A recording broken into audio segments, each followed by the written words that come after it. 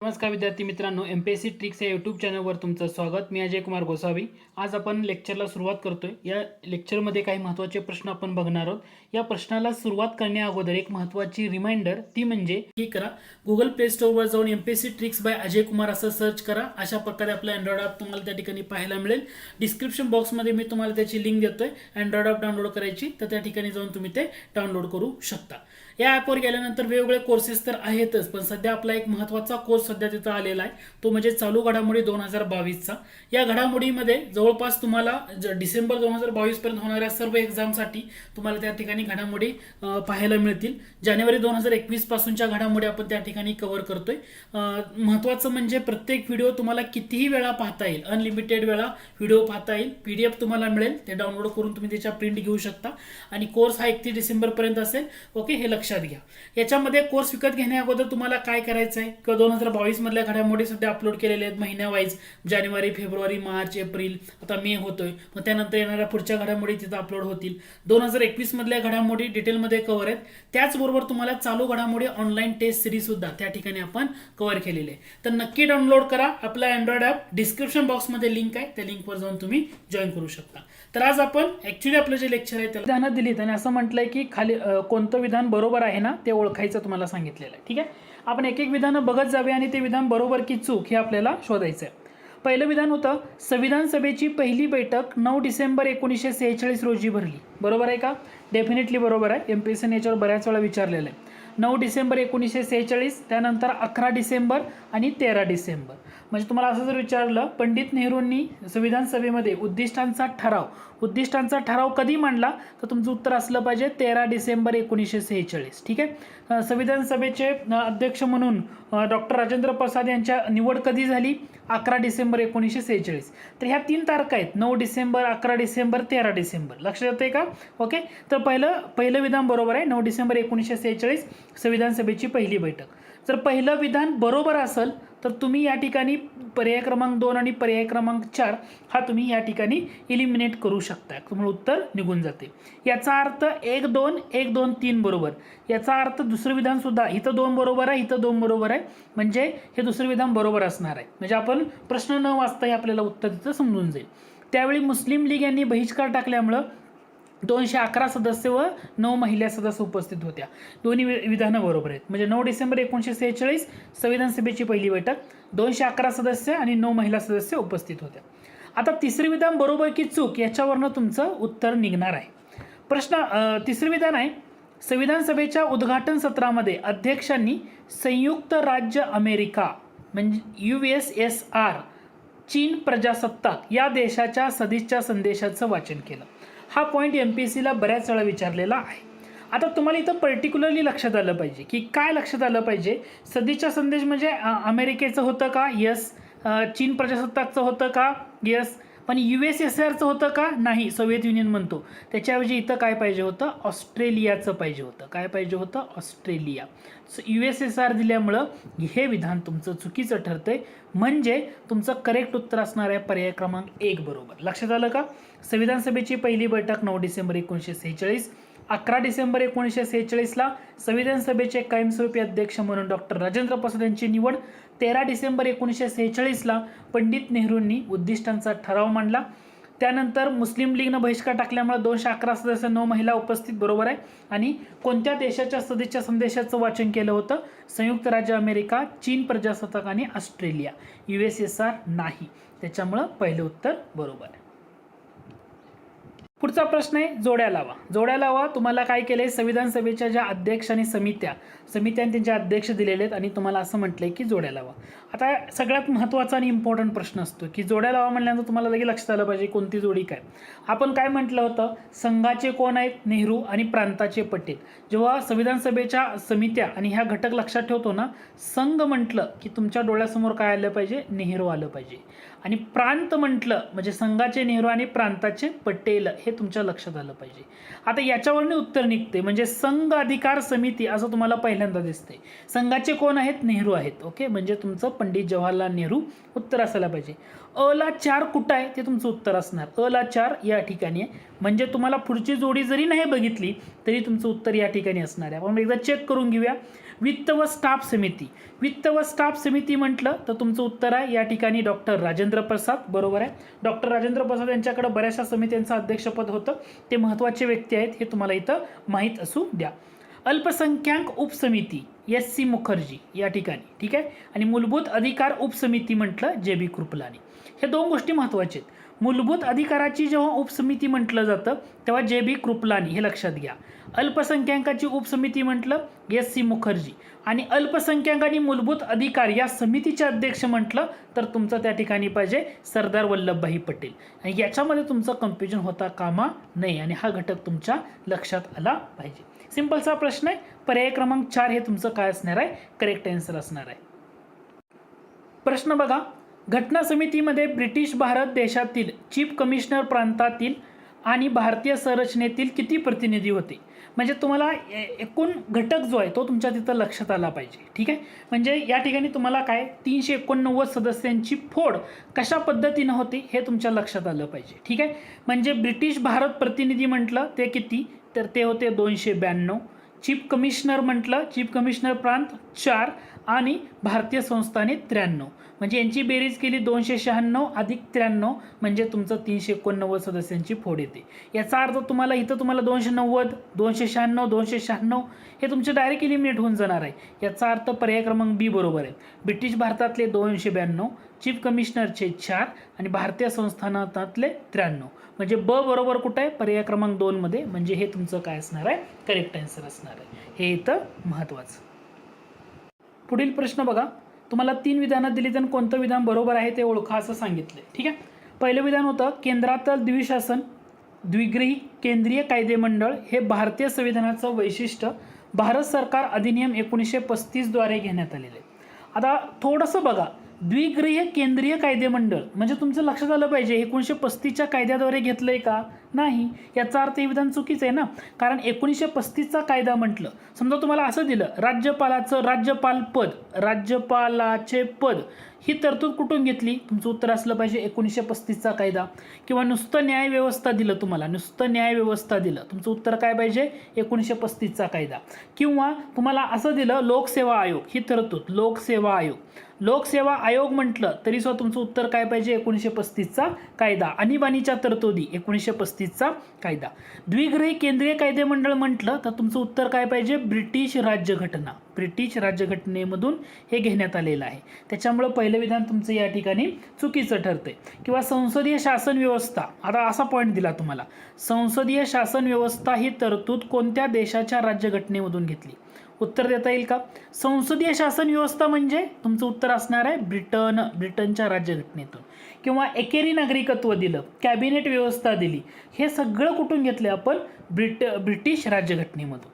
समजा MPSC अलीकडच्या काळामध्ये ना एका घटकावर प्रश्न विचारलाय, तो घटक असा होता संसदीय विशेषाधिकार.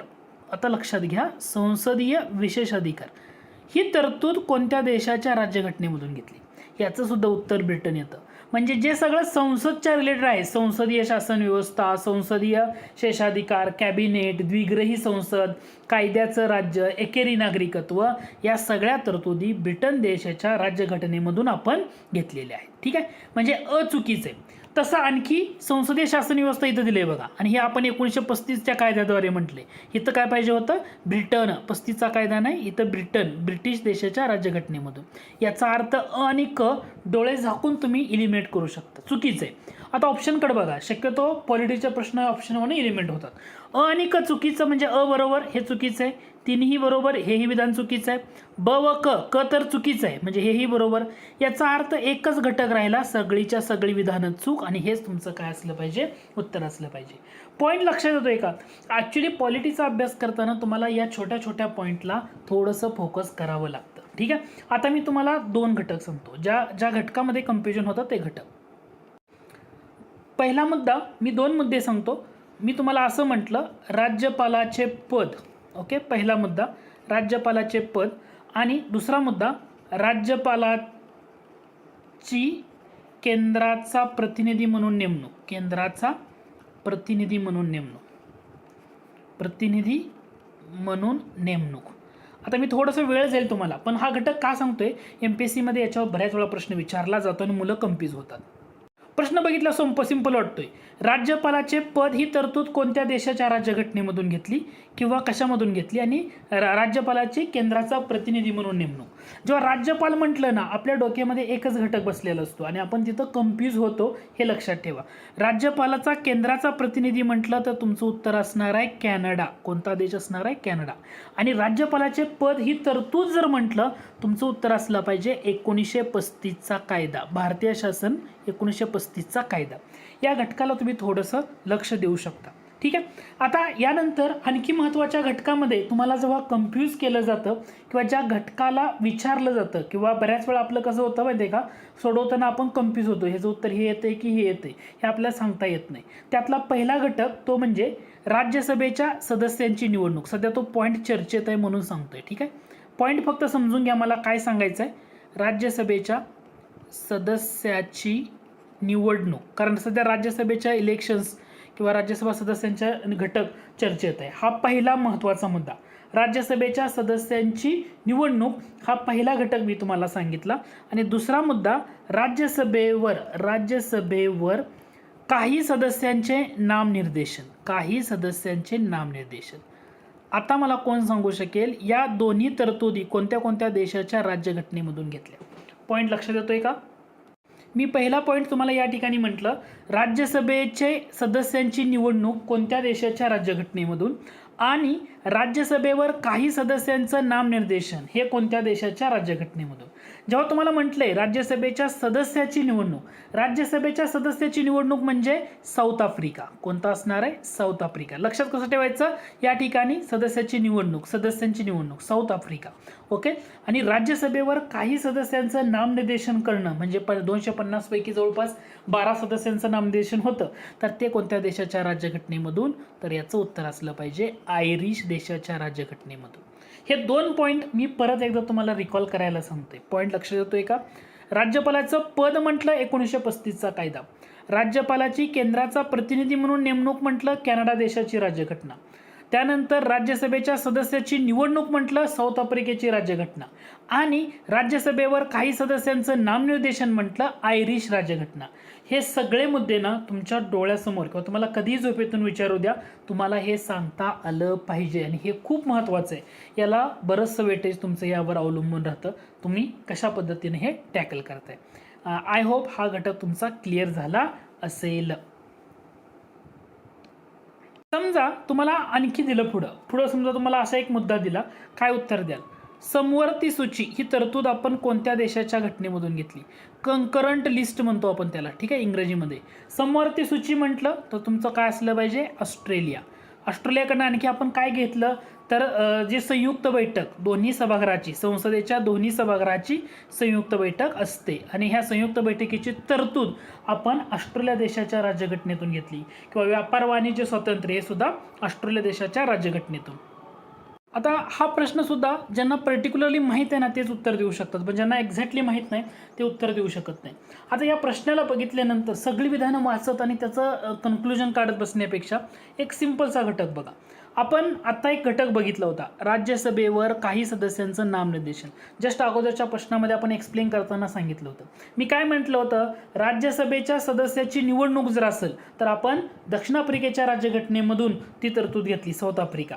आणि राज्यसभेवर काही सदस्यांचं नामनिर्देशन करणं म्हणजे ही कॅनडा देशाच्या राज्यघटनेतून घेतली का? नाही. आपण आत्ताच बघितलं आयरिश देशाच्या राज्यघटनेतून, आयर्लंड देशाच्या राज्यघटनेतून घेतली. याचा अर्थ ब हे घटक चुकीचं आहे हे तुम्हाला बघितल्या लक्षात येतं. आणि जर ब चुकीचं असेल तर पहिलं विधान आणि दुसरं विधान तुम्ही डोळे झाकून इलिमिनेट करू शकता, म्हणजे उत्तर 3 किंवा 4 यामध्ये तुमचं असू शकतं. ठीक आहे. आणखी तुम्ही पुढे गेला त्याच्यामध्ये तुम्हाला घटक लक्षात येईल. भारतीय संविधानात प्रस्ताविकेमध्ये सामाजिक, आर्थिक व राजकीय न्यायाचे आदर्श. काय म्हटलंय तुम्हाला? सामाजिक, आर्थिक व राजकीय न्यायाचे आदर्श हे फ्रान्सकडून घेण्यात आले. आता प्रस्ताविकेमधलं सामाजिक, आर्थिक, राजकीय न्याय म्हटलं तर तुमचं उत्तर काय असलं पाहिजे? सोव्हिएत रशियाची घटना, सोव्हिएत युनियन म्हणतो किंवा सोव्हिएत रशिया म्हणा, सोव्हिएत रशिया म्हणजे अगोदरचा, त्यांच्यामधून घेतले आपण सामाजिक, आर्थिक आणि राजकीय न्यायाचे आदर्श. फ्रान्सकडून घेतलंय का? नाही. फ्रान्सकडून आपण प्रस्ताविकेमधलं काय घेतलंय? स्वातंत्र्य, समता आणि बंधुता. फ्रान्स म्हटलं स्वातंत्र्य, समता व बंधुता हे तरतूद आपण यामध्ये घेतले. याचा अर्थ क सुद्धा तुमचा काय आहे, चुकीचा आहे. हा सुद्धा चुकीचा आहे. डोळे झाकून सर्वच्या सर्व विधानं तुमची चुकीची आहेत हे तुमच्या इथं लक्षात येईल. कारण जपानच्या संविधानातून आपण एकच तरतूद घेतली आहे, ती म्हणजे कायद्यानं प्रस्थापित पद्धत. परंतु कायदा करण्याची पद्धत ही जपानच्या संविधानातून घेतलेली नाही आहे. याचा अर्थ हे सुद्धा विधान चुकीचं आहे. परंतु कायद्याने प्रस्थापित पद्धत म्हटलं, जपानची राज्यघटना हे तुमचं त्या ठिकाणी बरोबर येईल. याचा अर्थ पर्याय क्रमांक 4 हे तुमचं डेफिनेटली बरोबर आहे. लक्षात यायला पाहिजे तुम्हाला. म्हणजे 2 मुद्दे मी तुम्हाला इथं क्लिअर करू इच्छितो. पहिला मुद्दा, राज्यसभेवर काही सदस्यांचं नामनिर्देशन करणं हे आपण आयरिश राज्यघटनेतून घेतलं. आणि राज्यसभेचे जे सदस्य आहे, सध्या आता इलेक्शन्स होत आहेत, राज्यसभा सदस्यांच्या निवडणुका, हे कोणत्या देशातून म्हटलं, साऊथ आफ्रिका. राज्यसभा सदस्यांची निवडणूक ही आपण दक्षिण आफ्रिकेची राज्यघटना. आणि राज्यसभेवर काही सदस्यांचं नामनिर्देशन आयरिश राज्यघटना. तसं भारतीय संविधानाच्या प्रस्ताविकेमधलं स्वातंत्र्य, समता आणि बंधुता फ्रान्स देशाखंड आणि सामाजिक, आर्थिक, राजकीय न्यायाचे आदर्श हे आपण सोव्हिएत रशिया देशाच्या राज्यघटनेतून घेतलं. या मुद्द्याला थोडंसं तुम्ही ट्रेस करा, म्हणजे तुम्हाला कसाही प्रश्न विचारू द्या, तुमचं उत्तर त्या ठिकाणी तुम्हाला देता आलं पाहिजेच. पुढचा प्रश्न बघा, भारत सरकार कायदा 1919चे कोणते प्रमुख वैशिष्ट्य नव्हते? आता हे बघितल्या तुम्ही त्या ठिकाणी उत्तर देऊ शकताय. कारण मुस्लिम लोकांसाठी स्वातंत्र्य प्रतिनिधित्व हे आपण 1909च्या कायद्यामध्ये बघायला मिळतं. मुस्लिमसाठी सुरुवातीला महत्त्वाचे तरतूद 1909चा. हे 1919च्या ह्याचं प्रमुख वैशिष्ट्य म्हणतोय. प्रमुख वैशिष्ट्य नव्हतं. प्रांतामध्ये द्विशासन पद्धती असेल किंवा प्रांतावर केंद्रीय नियंत्रणाचं शिथिलीकरण असेल, विधानमंडळ अधिक प्रातिनिधिक बनवणं हे सगळं असेल. परंतु मुस्लिम लोकांसाठी स्वातंत्र्य प्रतिनिधित्व 1909च्या कायद्यानं होतं.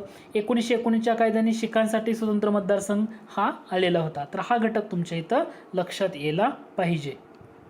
पुढचा प्रश्न बघा, प्रश्न असा होता, भारत मंत्र्याचा पगार भारतीय तिजोरीतून न देता तो इंग्लंड देशाच्या तिजोरीतून द्यावा ही तरतूद कोणत्या कायद्यामध्ये करण्यात आली? तर भारत मंत्री हा जो आहे 1858चा जो कायदा आहे, 1858च्या कायद्यामुळं हे पद ॲक्च्युली निर्माण झालं. आणि याचा पगार सुरुवातीला काय केला जात होता, तर तो भारताच्या तिजोरीतून दिला जात होता. भारताची तिजोरी. ओके, म्हणजे तुम्हाला घटक लक्षात येऊ द्या. कोणाचा पगार? भारत मंत्री हा जो घटक आहे यांचा पगार. पण झालं असं काय, हे सगळं 1919च्या कायद्यानं बदललं. 1919च्या कायद्यानं काय केलं, हा भारत मंत्र्याचा पगार जो भारतीय तिजोरीतून दिला जात होता, तर तो न देता असं ठरलं की ह्या भारताच्या तिजोरीच्या ऐवजी याला काय करूया आपण, इंग्लंडच्या तिजोरीतून हा पगार द्याव्या असं ठरलं. पण ब्रिटिश सरकारनं काय केलं होतं, तर 1919चा जो कायदा, या कायद्यानं एक महत्त्वाचं पद निर्माण केलं, high commissioner of India. High commissioner of India हे पद निर्माण केलं, हाय कमिशनर ऑफ इंडिया. आणि हाय कमिशनर ऑफ इंडिया या पदासाठीचं जे वेतन आहे, तर तो कशावर टाकलं, तर भारताच्या तिजोरीवर त्याचा भार टाकला. 2 मुद्दे आता इथं तुमच्या लक्षात घ्या आणि याच्यावर MPSC बऱ्याच वेळा विचारते. पॉईंट काय होता की भारत मंत्री हे पद 1858च्या कायद्यामुळे ॲक्च्युली ते अस्तित्वात आलं होतं. आणि भारत मंत्र्याचा पगार सुरुवातीला काय केला जात होता, तर तो भारताच्या तिजोरीवर त्याचा भार टाकला जात होता. 1919च्या कायद्यानं काय केलं, हा जो भारत मंत्री आहे या भारत मंत्र्याचा पगार भारताच्या तिजोरीवरचा भार काढला आणि तो कोणाला दिला, इंग्लंडच्या तिजोरीवर दिला. परंतु 1919च्या कायद्याने एक नवीन पद तयार केलं, high commissioner of India.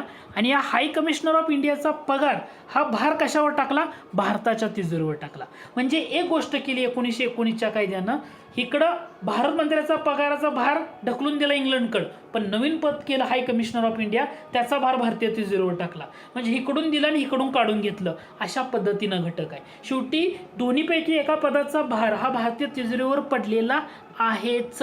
Okay, मग तुम्हाला परीक्षेला काय होतं, याच्यावर परीक्षेला बऱ्याच वेळा विचारलं होतं, हाय कमिशनर ऑफ इंडिया हे पद कोणत्या कायद्यानं निर्माण झालं? उत्तर असलं पाहिजे 1919चा कायदा. भारत मंत्री हे पद म्हटलं 1858चा कायदा. त्यानंतर भारत मंत्र्याचा पगार भारतीय तिजोरीतून द्यायला सुरुवात 58 पासूनच होती, परंतु तो इंग्लंडच्या तिजोरीतून कधीपासून झाली, तर ती 1919च्या कायद्यानं. मग हाय कमिशनर ऑफ इंडियाचा जो पगार आहे तो कोणत्या भार कशावर होता, भारताच्या तिजोरीवर होता. हा सगळा घटक आहे ना, हे तुम्हाला समजणं तेवढंच महत्त्वाचं ठरतं. तुम्हाला दोन अ गट आणि ब गट दिले, जोड्या लावा असं म्हटलंय. आता सिंपलचा घटक आहे. आपण आता जस्ट अगोदर झालेल्या घटकामध्ये बघितलं होतं, समवर्ती सूची ही तरतूद आपण ऑस्ट्रेलिया खंड घेतली. तसंच ऑस्ट्रेलिया खंड आपण संसदेच्या दोन्ही सभागृहाची संयुक्त बैठक ही तरतूद सुद्धा घेतलेली आहे. म्हणजे क ला 1 कुठं आहे, पर्याय क्रमांक 1 आणि 4 मध्ये, याचा अर्थ 2 बी चुकीचं आणि 3 पण चुकीचं आहे. कायद्याचं राज्य म्हटलं आपण इंग्लंड खंड घेतलं, म्हणजे अ ला 2 कुठं आहे, तुमचं उत्तर असलं तिथं अ ला 2 कुठं आहे, अ ला 2 या ठिकाणी, याचा अर्थ पर्याय क्रमांक 1 हे तुमचं डेफिनेटली उत्तर झालं. आता दोन महत्त्वाचे मुद्दे. घटना दुरुस्ती प्रक्रिया किंवा घटना दुरुस्ती पद्धत असं म्हटलं जातं. घटना दुरुस्ती पद्धत असं जेव्हा म्हटलं जातं तेव्हा तुमचं उत्तर काय असलं पाहिजे, दक्षिण आफ्रिका हे तुमचं उत्तर असलं पाहिजे. घटना दुरुस्ती पद्धत म्हणतोय तुम्हाला, काय असलं पाहिजे, दक्षिण आफ्रिका. दक्षिण आफ्रिकेतून मगाच्या आपण अगोदर एक भाग बघितला होता, राज्यसभा सदस्यांची निवडणूक. हे लक्षात ठेवायचं, कारण सध्या इलेक्शन्स आहेत ना राज्यसभेच्या. राज्यसभा सदस्य निवडणूक हे आपण तरतूद कोणत्या देशाच्या राज्यघटनेमधून घेतली, दक्षिण आफ्रिकेच्या राज्यघटनेतून घेतली. याचा अर्थ हे तुमचं या ठिकाणी पर्याय क्रमांक 1 हे उत्तर असणं पाहिजे आणि हेच तुमचं करेक्ट आन्सर आहे. तुम्हाला असं विचारलं, प्रस्तावना आहे आपली, प्रस्तावना, ठीक आहे, प्रस्तावना. या प्रस्ताविकेमधलं स्वातंत्र्य, समता, बंधुता ही तरतूद कोणत्या देशाच्या राज्यघटनेतून, स्वातंत्र्य, समता, बंधुता ही तरतूद. जेव्हा स्वातंत्र्य, समता, बंधुता असं म्हटलं जातं तेव्हा तुमचं उत्तर काय असलं पाहिजे, फ्रान्स देशाच्या राज्यघटनेतून, फ्रान्स देशाची. आणि या प्रस्ताविकेमधलं सामाजिक, आर्थिक व राजकीय न्यायाचे आदर्श, ओके, म्हणजे जे न्याय म्हणतो सामाजिक, आर्थिक व राजकीय न्याय, हे लक्षात घ्या. सामाजिक, आर्थिक व राजकीय न्यायाचे आदर्श ही तरतूद कोणत्या देशाच्या राज्यघटनेमधून घेतली, सामाजिक, आर्थिक आणि राजकीय म्हटलं सोव्हिएत रशिया. कोणतं, सोव्हिएत रशिया. तर हे तुम्हाला इथं लक्षात येणं गरजेचं आहे. पुढचा घटक बऱ्याच वेळा याच्यावर विचारला जाय प्रश्न आहे, बऱ्याच वेळा भारतीय संघराज्यात तज्ज्ञांनी केलेल्या वर्णनाबाबत जोड्या लावा असं म्हटले. केसी Wheare, Granville Austin, Morris Johne's आणि आयवर जेनिंग्स असं दिलेलं आहे.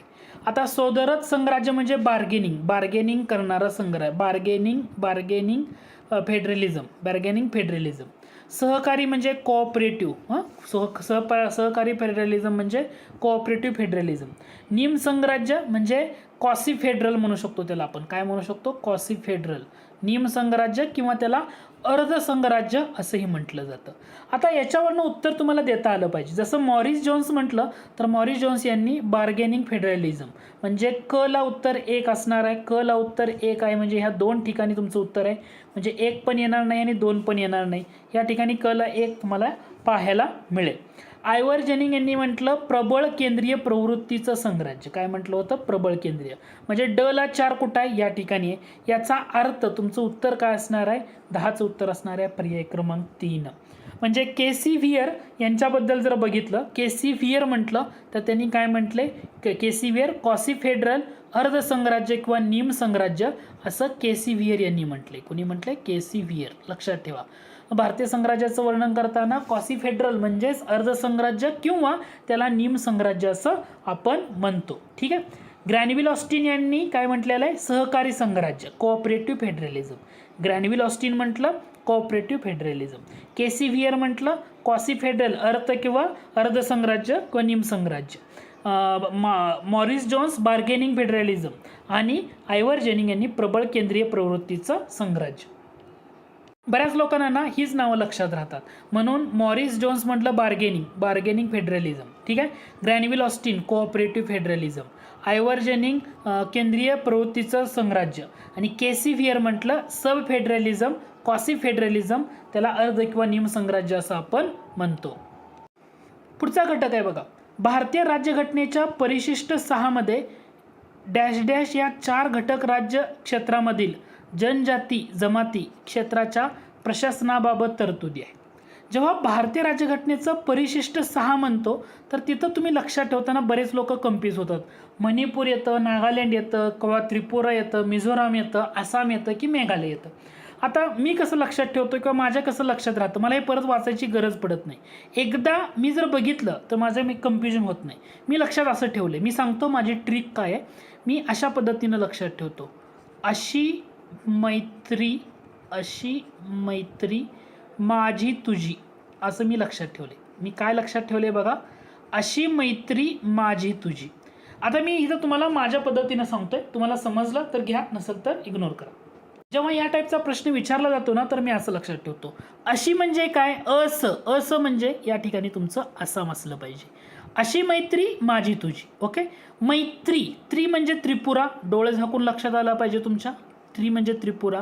मै म्हणजे काय, या ठिकाणी मै वर्ण कोणतं राज्य येऊ शकतं, मेघालय येऊ शकतं. मे मात्रावालं. मिझोराम येणार आहे का, नाही, म्हणजे मेघालय. ठीक आहे. आणि माझी म्हणजे काय, मिझोराम, मिझोराममध्ये माझी, म्हणून हे काय असणार आहे, मिझोराम असणार आहे. म्हणजे परिशिष्ट 6 मिझोराम. ओके, परिशिष्ट 6 मधल्या कोणत्या घटक राज्य असं जर विचारलं, अशी मैत्री माझी तुझी. तुझी हे शब्द काय घेतलाय, हे तुमच्या लक्षात येण्यासाठी. आपल्या मैत्री आहे म्हणजे हा सायलेंट वर्ड आहे. अशी मैत्री माझी तुझी म्हणजे आसाम, मेघालय, त्रिपुरा, मिझोराम. आसाम, मेघालय, त्रिपुरा, मणिपूर आहे म्हणजे नाही. त्यानंतर आसाम आहे, मेघालय आहे, मिझोराम आहे, पण नागालँड दिले नाही. आसाम, नागालँड दिले नाही. आसाम, मेघालय, त्रिपुरा, मिझोराम म्हणजे हे उत्तर असणार आहे. पर्याय क्रमांक 4 हे तुमचं बरोबर. लक्षात आलं का. भारतीय राज्यघटनेच्या परिशिष्ट 6 मध्ये कोणत्या 4 घटक राज्यांच्या क्षेत्रामधील जनजाती किंवा जनजमाती यांच्या क्षेत्राच्या प्रशासनाबाबत तरतुदी आहेत. लक्षात ठेवताना एक डोळं झाकून लक्षात ठेवा, आज पाठ करा, तुम्ही कधी विचारलं तर कन्फ्यूज होणार नाही. अशी मैत्री माझी तुझी म्हणजे आसाम, मैत्री म्हणजे मेघालय, त्रिपुरा, आणि माझी म्हणजे मिझोराम म्हणजे आसाम, मेघालय, त्रिपुरा आणि मिझोराम. या पद्धतीनं तुम्ही या ठिकाणी लक्षात ठेवू शकता आणि उत्तर देता येईल. आता पुढचा हा स्ट्रेट फॉरवर्ड आहे, पण बऱ्याच वेळा आपण काय करतो, वाचताना सिंपल घटकाला कन्फ्यूज करतो. म्हणजे भारतीय राज्यघटनेतल्या परिशिष्ट आणि त्याच्या जोड्या. आता अशा टाईपचे प्रश्न तुम्हाला विचारले जातात प्रिलिमला, हे लक्षात ठेवा, हे महत्त्वाचं आहे. 7व्या परिशिष्टामध्ये काय आहे, 8व्यामध्ये काय आहे, 9व्यामध्ये काय आहे आणि 12व्यामध्ये काय आहे, अशा टाईपचा प्रश्न तुम्हाला दिलेला आहे. आता 7वं परिशिष्ट म्हणजे आपल्याला माहित आहे ना, की 7व्या परिशिष्टामध्ये केंद्र आणि राज्यामधलं जे अधिकार वाटप आहे हे तुमच्या डोळ्या झाकून लक्षात येईल. किंवा कार्यालयीन भाषा असा पण घटक तुम्हाला या ठिकाणी दिलेला आहे. कार्यालयीन भाषा. आता कार्यालयीन भाषा म्हणजे 8व्या परिशिष्टात, 8व्या परिशिष्टामध्ये भाषांचा जो मुद्दा आहे तो तुम्हाला पाहायला मिळतो. 9व्या परिशिष्ट म्हणजे जमीन सुधारणा कायद्यांच्या संदर्भात येतं. 9वं परिशिष्ट म्हणजे जमीन सुधारणा कायद्यांच्या संदर्भात येतं. आणि 12व्या परिशिष्टामध्ये नगरपालिकांचे अधिकार, अधिसत्ता व जबाबदारी. म्हणजे अ ला तुमचं उत्तर असलं पाहिजे या ठिकाणी 3. अ ला 3 कुठं आहे, या ठिकाणी आहे, या ठिकाणी आहे. त्याच्यानंतर ब ला 2 या ठिकाणी, म्हणजे पर्याय क्रमांक 1 हे तुमचं करेक्ट आन्सर आहे. लक्षात आलं का. 7वं परिशिष्ट, 9वं परिशिष्ट, 8वं परिशिष्ट आणि 12वं परिशिष्ट. फक्त जोड्या लावायच्यात. हे बेसिक घटकावर विचारला जाणारा प्रश्न. पुढचा प्रश्न बघा. आता हा प्रश्न सोडवताना तुम्हाला इंग्लिश लक्षात ठेवणं, वर्ड लक्षात ठेवणं गरजेचं आहे.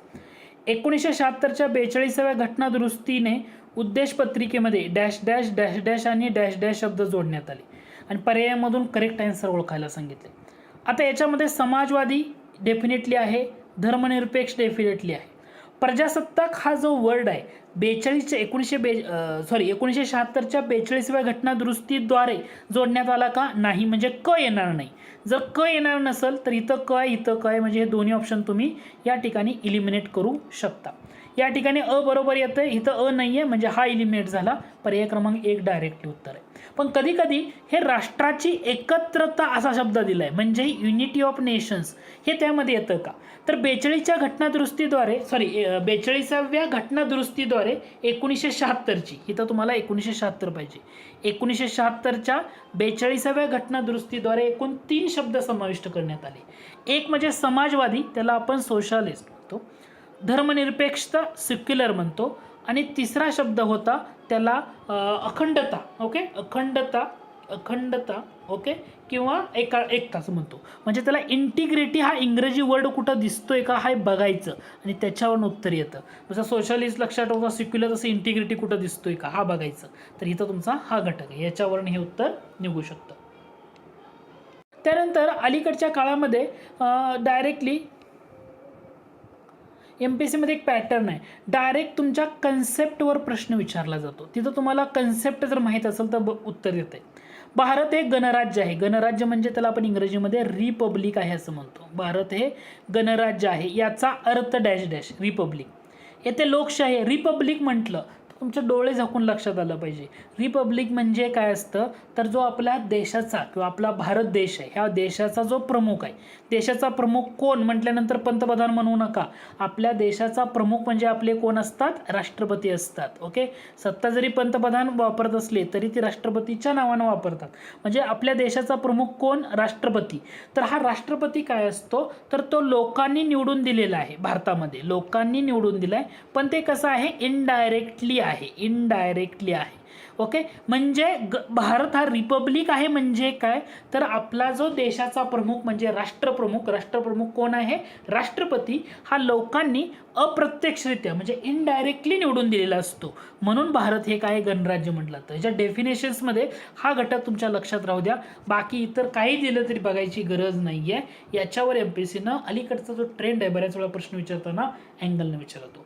भारत हे रिपब्लिक आहे, गणराज्य आहे म्हणजे काय, तर राष्ट्रप्रमुख किंवा राष्ट्रपती हा लोकांनी अप्रत्यक्षरित्या निवडून दिलेला असतो. हे तुमचं काय असणार आहे, करेक्ट आन्सर असणार आहे.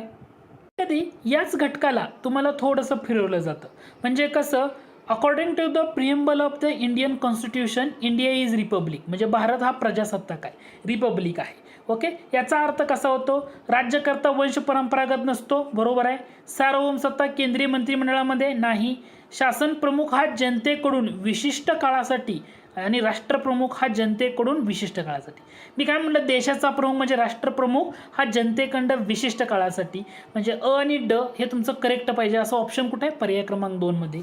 डायरेक्टली काय असणार आहे, तुमचं करेक्ट आन्सर या ठिकाणी असणार आहे.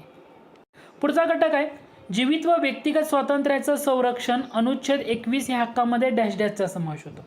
आता जीवित व व्यक्तिगत स्वातंत्र्याचं संरक्षण 21 मध्ये येतं. याच्यामध्ये फक्त एवढंच घटक लक्षात ठेवायचं, याच्यामध्ये कोणते 2 घटक येत नाहीत. संपाचा हक्क येत नाही, बोनसचा हक्क जो आहे तो घटक आहे ना, तो येणार नाही. म्हणजे संपाचा हक्क येणार नाही, प्रदेश गमन करण्याचा हक्क आहे, एकांतवासाच्या शिक्षेविरुद्धचा हक्क आहे, जीवनावश्यक बाबी संदर्भात कायद्यांचा हक्क आहे. संपाचा हक्क येत नाही, म्हणजे अ येत नाही. इथं अ आहे, इथं अ आहे, परंतु इथं बकड आहे, म्हणजे पर्याय क्रमांक 2 हे तुमचं करेक्ट आहे. कारण इथं कड बरोबर पण ब पण आहे ना, प्रदेश गमन करण्याचा हक्क. याचा अर्थ पर्याय क्रमांक 2 हे तुमचं डोळे झाकून करेक्ट आन्सर असणार आहे. ठीक आहे, लक्षात ठेवा. MPSCला यावर बऱ्याच वेळा प्रश्न विचारलाय की राज्यघटनेनं मूलभूत हक्कांच्या अंमलबजावणीसाठी निर्देश किंवा रीट जारी करण्याचे अधिकार दिलेत.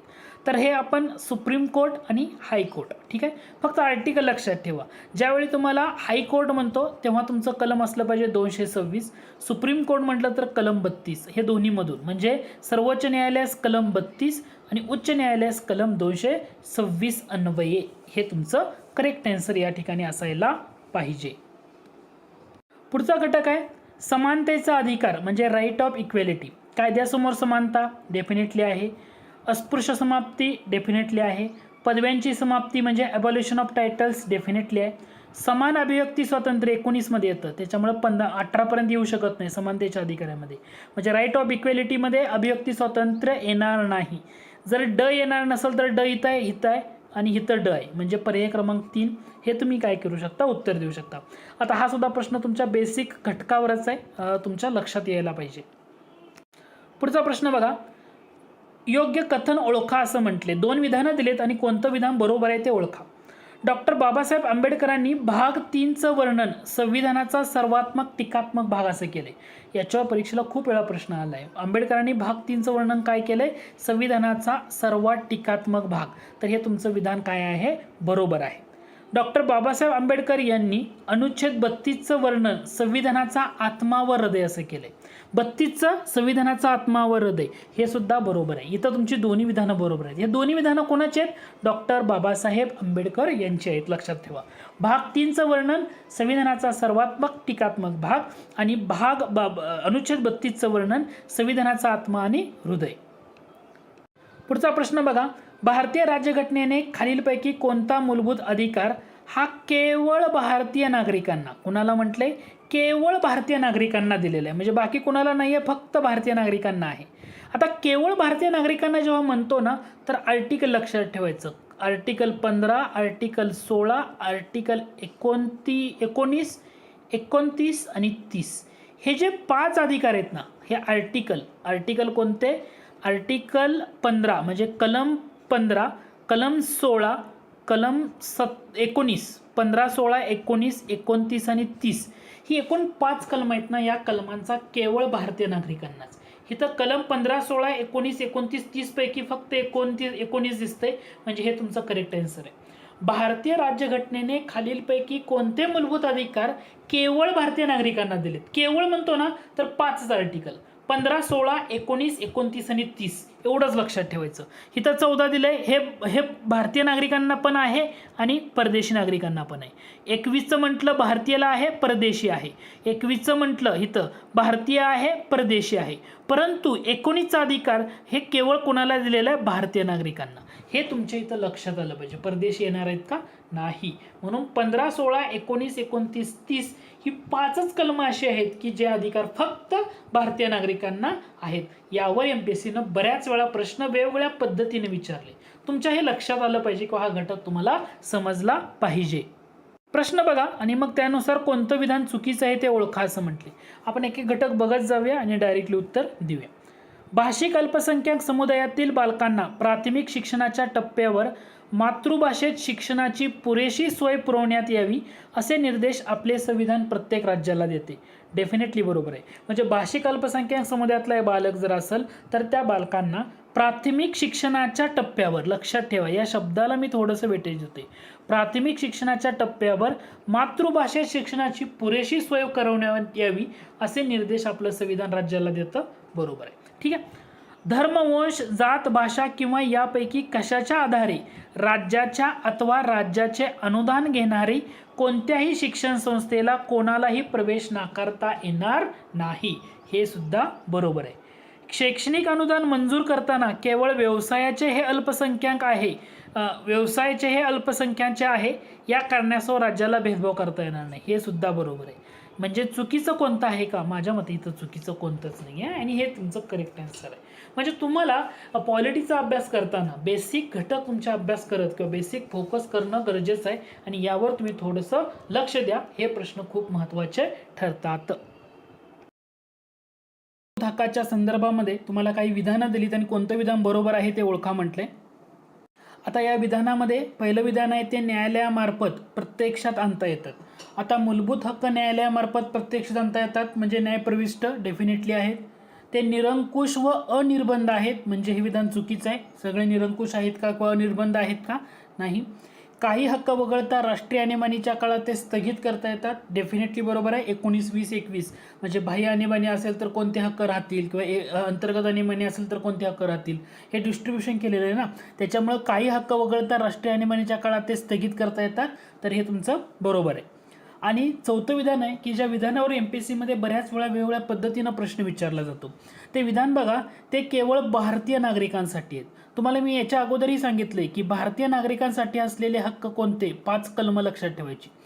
केवळ भारतीय नागरिक, भारतीय नागरिक पण शब्दप्रयोग मी वापरतोय केवळ, म्हणजे त्या ठिकाणी परकीय नागरिकांना रोल असणार आहे का? नाही.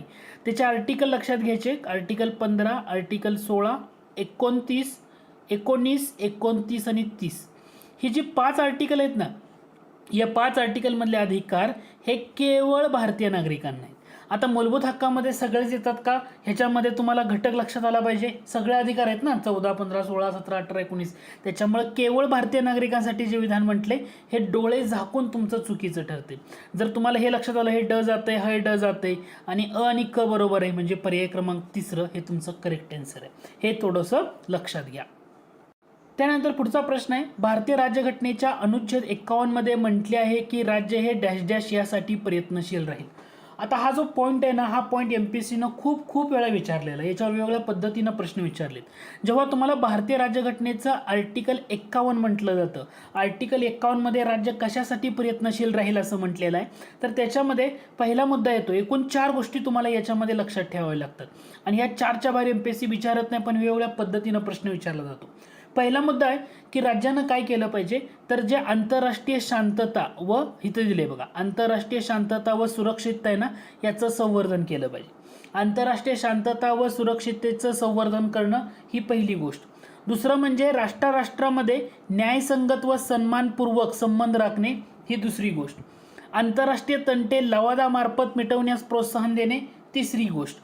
आणि चौथी गोष्ट याच्यामध्ये येते ती म्हणजे आंतरराष्ट्रीय कायद्यांचा आदर राखणं. शॉर्टमध्ये सांगतोय मी, आंतरराष्ट्रीय कायद्यांचा आदर राखणं हे 4 गोष्टी येतात. मी परत एकदा का सांगतोय, कारण पुढे तुम्हाला जेव्हा प्रश्न येईल तेव्हा तुम्हाला याच्यामध्ये कन्फ्यूज केलेलं आहे. पॉईंट काय सांगतोय लक्षात घ्या. भारतीय राज्यघटनेच्या अनुच्छेद 51 मध्ये असं म्हटलंय की राज्य हे खालील गोष्टीसाठी प्रयत्नशील राहील. पहिली गोष्ट आंतरराष्ट्रीय शांतता व सुरक्षितता, हे लक्षात ठेवायचं, शांतता व सुरक्षितता संवर्धन करणं. त्याच्यानंतर राष्ट्रामध्ये म्हणजे दोन्ही देशामध्ये किंवा राष्ट्रामध्ये म्हणजे अनेक येऊ शकतात, न्यायसंगत व सन्मानपूर्वक संबंध राखणे. ओके.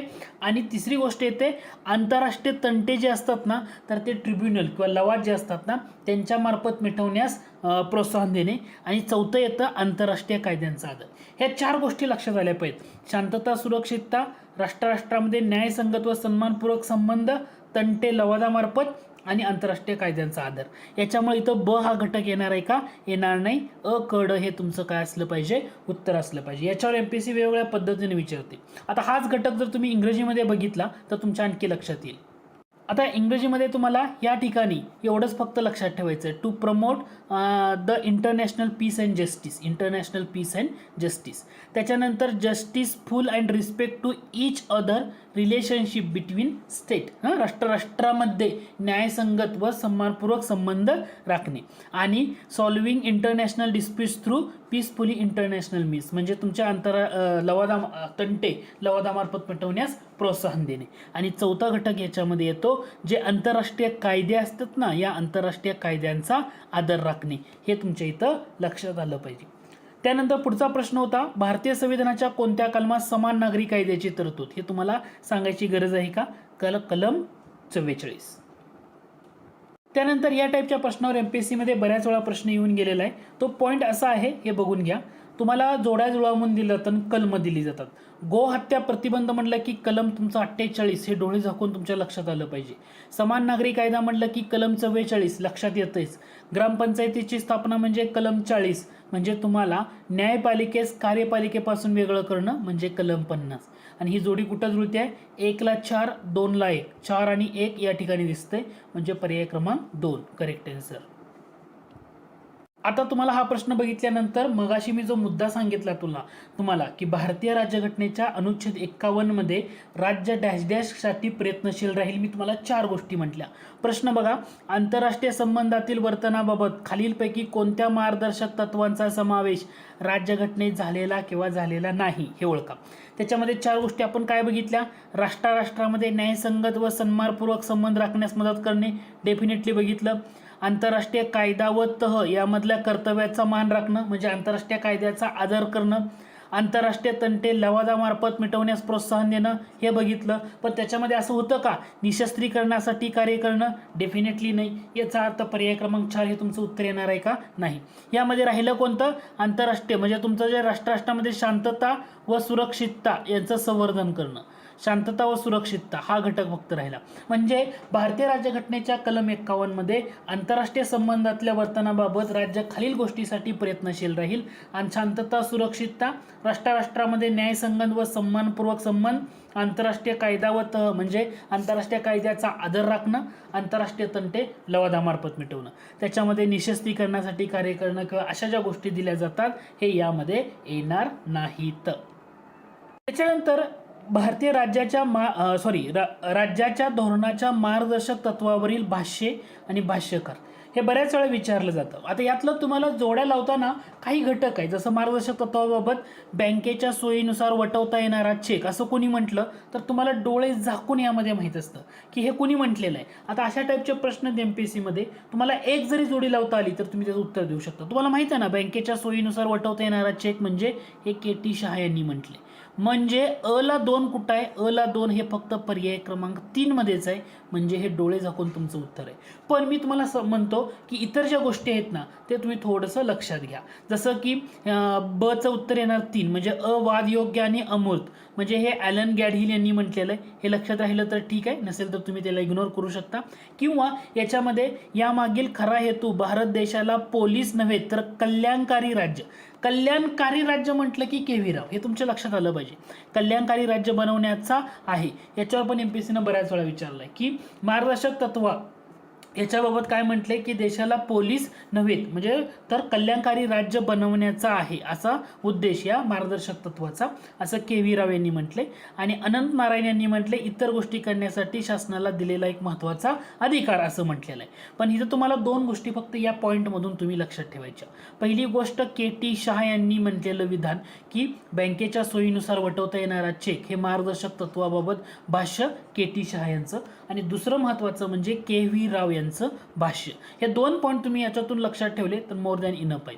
के.व्ही. राव यांनी म्हटलेलं आहे की मार्गदर्शक तत्व म्हणजे भारत देशाला पोलीस बनवण्याचा नाही तर कल्याणकारी राज्य बनवण्याचा आहे. कल्याणकारी राज्य म्हणजे तुम्हाला बँकेच्या सोयीनुसार वटवता येणारा चेक मार्गदर्शक तत्व असं कुणी म्हटलेलं आहे, कोण मार्गदर्शक तत्वाबद्दल के.टी. शहा. आणि कल्याणकारी राज्य म्हटलं की के.व्ही. राव.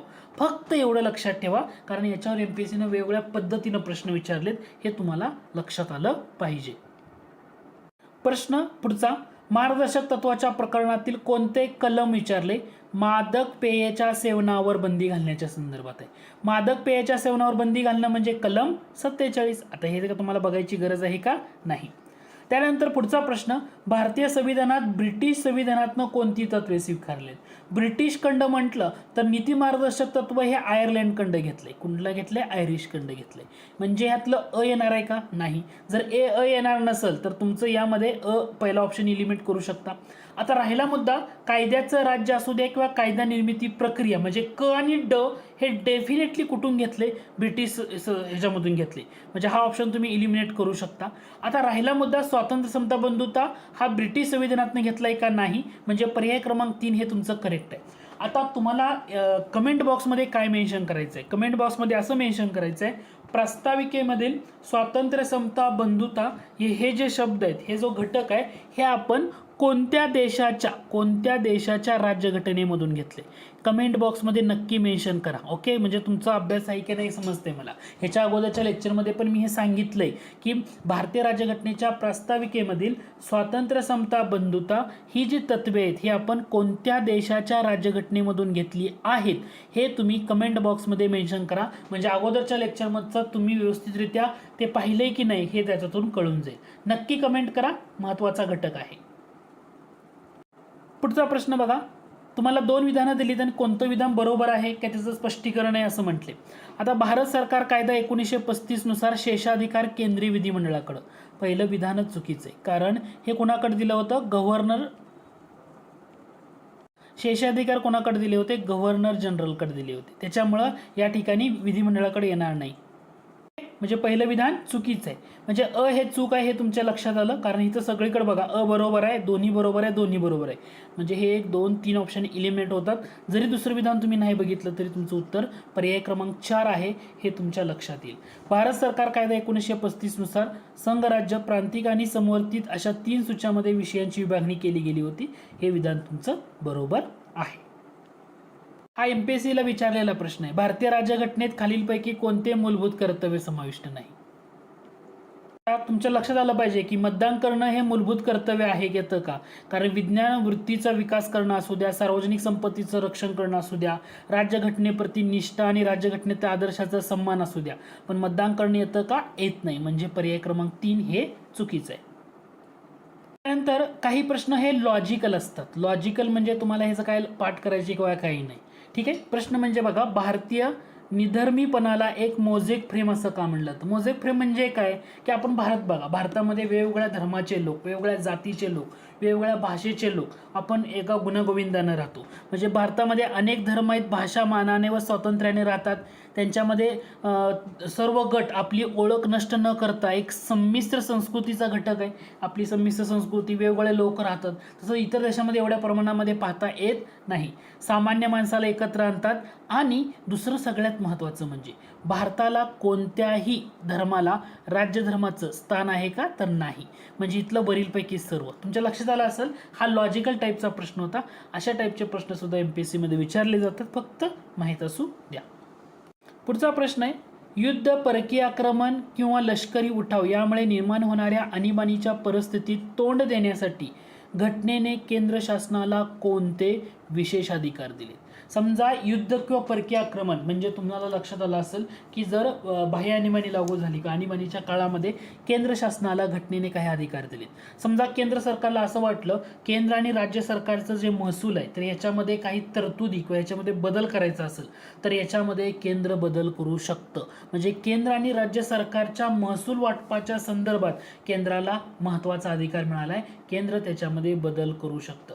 किंवा केंद्र काय करू शकतं, राज्यांना त्यांचे कार्यकारी अधिकार वापरण्यासंदर्भात केंद्र त्या ठिकाणी राज्यांना आदेश सुद्धा देऊ शकतं. म्हणजे जर युद्ध, परकीय आक्रमण किंवा सशस्त्र उठाव यामुळे निर्माण होणाऱ्या परिस्थितीला तोंड द्यायचं असेल तर केंद्राला वेगवेगळे अधिकार दिलेले आहेत. तसंच राज्यसूचीमधला एखादा विषय असेल तर त्या राज्यसूचीमधल्या कोणत्याही विषयावर, कोणत्याही म्हणतोय शब्दप्रयोग महत्त्वाचे, राज्यसूचीमधल्या कोणत्याही विषयावर संसद काय करू शकते, कायदे करू शकते. हा सुद्धा केंद्र सरकारला मिळालेला अधिकार आहे. फक्त यामध्ये काय होत नाही तर केंद्र उच्च न्यायालयाचे जे न्यायाधीश असतील किंवा राज्य सरकारच्या कर्मचाऱ्यांचे असतील तर त्याच्यामध्ये कपात करण्याचे आदेश देऊ शकत नाही. हे तुमच्या इथं लक्षात आलं पाहिजे. म्हणजे युद्ध, परकीय आक्रमण किंवा सशस्त्र उठाव यामुळे निर्माण होणारी जी आणीबाणी असेल तर त्याला तोंड देण्यासाठी या गोष्टी महत्त्वाच्या आहेत. त्याच्यामुळं या प्रश्नाचं उत्तर अ, ब, क म्हणजे पर्याय क्रमांक 3 हे तुमचं डेफिनेटली काय असणार आहे, बरोबर असणार आहे. त्यानंतर पुढचा प्रश्न आहे. आता हा प्रश्न एमपीएससीने आतापर्यंत अशा टाईपच्या प्रश्नपत्रिकेमध्ये विचारला नाही, पण याचा संदर्भ बऱ्याच ठिकाणी आहे. प्रश्न बघा, सिंपलशी विधान आहेत, फक्त मला यामध्ये काही घटक तुमच्या लक्षात येणं गरजेचं आहे. जसं ब्रिटनमध्ये विधिनियमात न्यायालयीन पुनर्विलोकनाची परवानगी नाही. ब्रिटनमध्ये आहे का? नाही. पहिलं विधान बरोबर आहे. जेथे न्यायालयीन पुनर्विलोकनाबाबत कोणतीही मर्यादा नाही अशा अमेरिकेच्या न्यायसंस्थे इतकी भारतीय न्यायसंस्था श्रेष्ठ नाही. आता या दोन्ही विधानामध्ये तुमचं लक्षात घ्या, दोन्हीही विधानं काय आहेत, बरोबर आहेत. म्हणजे ब्रिटनमध्ये, in Britain no judicial review of legislation is permitted, म्हणजे ब्रिटनमधल्या विधिनियमात न्यायालयीन पुनर्विलोकाची परवानगी नाही, हे विधान बरोबर आहे. आणि जेथे न्यायालयीन पुनर्विलोकनाबाबत कोणतीही मर्यादा नाही अशा अमेरिकेच्या न्यायसंस्थे इतकी भारतीय न्यायसंस्था श्रेष्ठ नाही. न्यायसंस्थेबाबत श्रेष्ठतेच्या गोष्टी जर केल्या तर अमेरिकेची अव्वल आहे असं म्हटलं जातं. त्यामुळे इथं दोन्ही विधानं काय असणार आहे, दोन्ही विधानं बरोबर असणार आहेत. तर या टाईपवर सुद्धा एमपीएससीनं बऱ्याच वेळा विचारले. तुम्हाला काही विधानं दिली त्यांनी कोणतं विधान चुकीचं आहे ओळखा म्हणले. म्हणजे ब्रिटनच्या बाबतीमध्ये म्हटले ब्रिटनची राज्यघटना लिखित आहे की अलिखित, हे लक्षात ठेवा. ब्रिटनची राज्यघटना अलिखित आहे. ब्रिटनमध्ये कोण सर्वोच्च आहे, जसं भारतामध्ये बघा जनता सर्वोच्च, जनता सगळ्यात महत्त्वाची, तसं ब्रिटनमध्ये संसद काय असणार आहे, सर्वोच्च आहे. आपल्यामध्ये राज्यघटना महत्त्वाची, तसं ब्रिटनमध्ये काय आहे, संसद सर्वोच्च आहे. आणि ब्रिटनची घटना सर्वात अधिक काय आहे, लवचिक आहे. हे मुद्दे फक्त लक्षात ठेवा, कोणतंही चुकीचं नाही. एमपीएससीने या टाईपवर किंवा या पॉईंटवर प्रश्न विचारलाय. ब्रिटनची राज्यघटना म्हटलं अलिखित, अनरिटन कॉन्स्टिट्यूशन. सर्वोच्च कोण आहे, पार्लमेंट इज सुप्रीम. आणि घटना कशी आहे तर ही most flexible. Britain has the most flexible form of constitution. ही तिन्ही विधानं महत्त्वाची आहेत. एमपीएससी काय करते बऱ्याच वेळा अमेरिका आणि ब्रिटन आणि भारत या तिन्ही देशाच्या राज्यघटनेमध्ये ना कंपॅरेटिव्हली प्रश्न विचारते. तर याच्यामध्ये यावरही प्रश्न विचारलाय, पण वेगवेगळ्या छोट्या छोट्या पॉईंटमध्ये. ब्रिटनची राज्यघटना लिखित आहे, ब्रिटनमध्ये जनता सर्वोच्च आहे, तर लक्षात काय ठेवायचं, ब्रिटिश राज्यघटना अलिखित, संसद सर्वोच्च आणि घटना सर्वात मोस्ट फ्लेक्झिबल म्हणजे सर्वात अधिक लवचिक आहे. हे मुद्दे तुमच्या या ठिकाणी लक्षात येणं गरजेचं आहे. पुढचा प्रश्न बघा, प्रश्न होता भारतीय राज्यघटनेच्या मूलभूत चौकटीच्या तत्वातून काय व्यक्त होतं. म्हणजे बेसिक स्ट्रक्चर ऑफ कॉन्स्टिट्यूशन, म्हणजे बेसिक स्ट्रक्चर. बेसिक स्ट्रक्चर म्हणजे काय की आपल्या भारतीय राज्यघटनेमध्ये अशी काही वैशिष्ट्ये असतात ती तुम्ही कधीही रद्द करू शकत नाहीत. कारण भारतीय राज्यघटनेची काही वैशिष्ट्ये अत्यंत आवश्यक असतात, ती केव्हाच रद्द करता येणार नाहीत. हे बेसिक स्ट्रक्चर ऑफ कॉन्स्टिट्यूशन. याच्या संदर्भातली सगळ्यात महत्त्वाची केस होती केशवानंद भारती केस. जसं आपण पुढं प्रश्न येईल ना त्या बाबतीमध्ये या केशवानंद भारती केस आणि इतर जे मुद्दे आहेत ना त्यावर आपण डिस्कशन करणार आहोत. नाही ते ओळखा.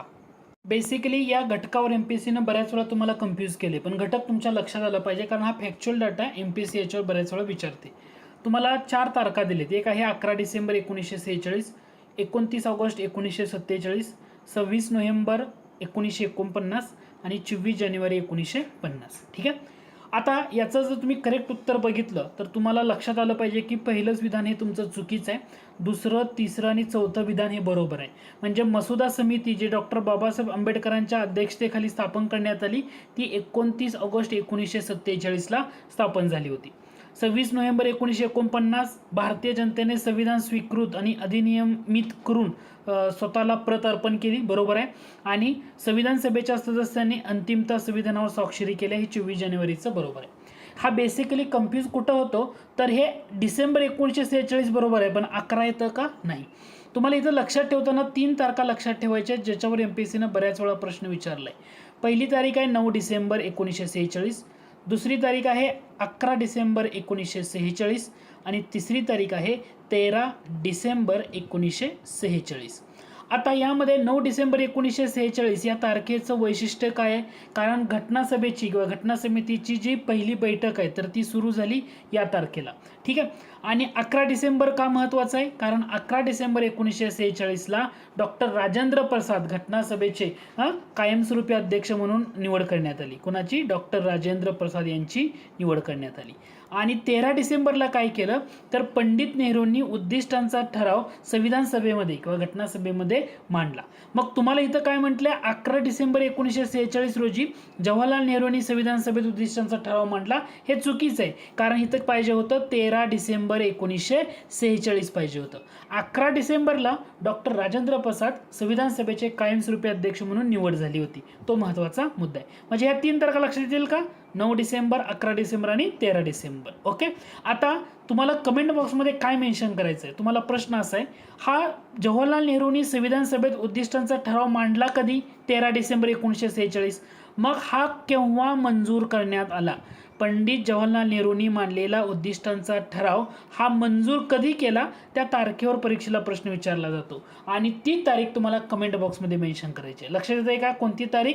की पंडित जवाहरलाल नेहरूंनी संविधान सभेत मांडलेला उद्दिष्टांचा जो ठराव होता तो केव्हा मंजूर करण्यात आला त्याची तारीख तुम्हाला कमेंट बॉक्समध्ये मेन्शन करायची आहे. पुढचा प्रश्न बघा. प्रश्न होता तुम्हाला 4 विधानं दिलीत आणि कोणतं बरोबर नाही ते ओळखायला सांगितलेलं आहे. ठीक आहे. हे बेसिक दिलेल्या घटकावरचे प्रश्न आहेत. म्हणजे तुम्ही तिसरं विधान बघा. भारतीय राज्यघटना अनुच्छेद 14 नुसार राज्य कोणत्याही व्यक्तीस कायद्यापुढे समानता अथवा कायद्याचे समान संरक्षण नाकारणार नाही. म्हणजे कलम 14 कायद्यासमोर समानता आपण असं जे म्हणतो तर हे राज्य कोणत्याही व्यक्तीला नाकारणार नाही कायद्याचे समान संरक्षण. म्हणजे पहिलं क नंबरचं विधान हे डेफिनेटली बरोबर आहे, चुकीचं असण्याचा सवाल नाही. त्यानंतर ब नंबरचं विधान बघा. भारतीय राज्यघटना अनुच्छेद 20 सब ऑप्शन्स 2 नुसार कोणत्याही व्यक्तीवर एकाच गुन्ह्यासाठी एकापेक्षा अधिक वेळा खटला चालवला जाणार नाही आणि एकापेक्षा अधिक वेळा शिक्षा दिली जाणार नाही. हे सुद्धा विधान काय आहे? डेफिनेटली बरोबर आहे. आता पहिलं विधान बघा.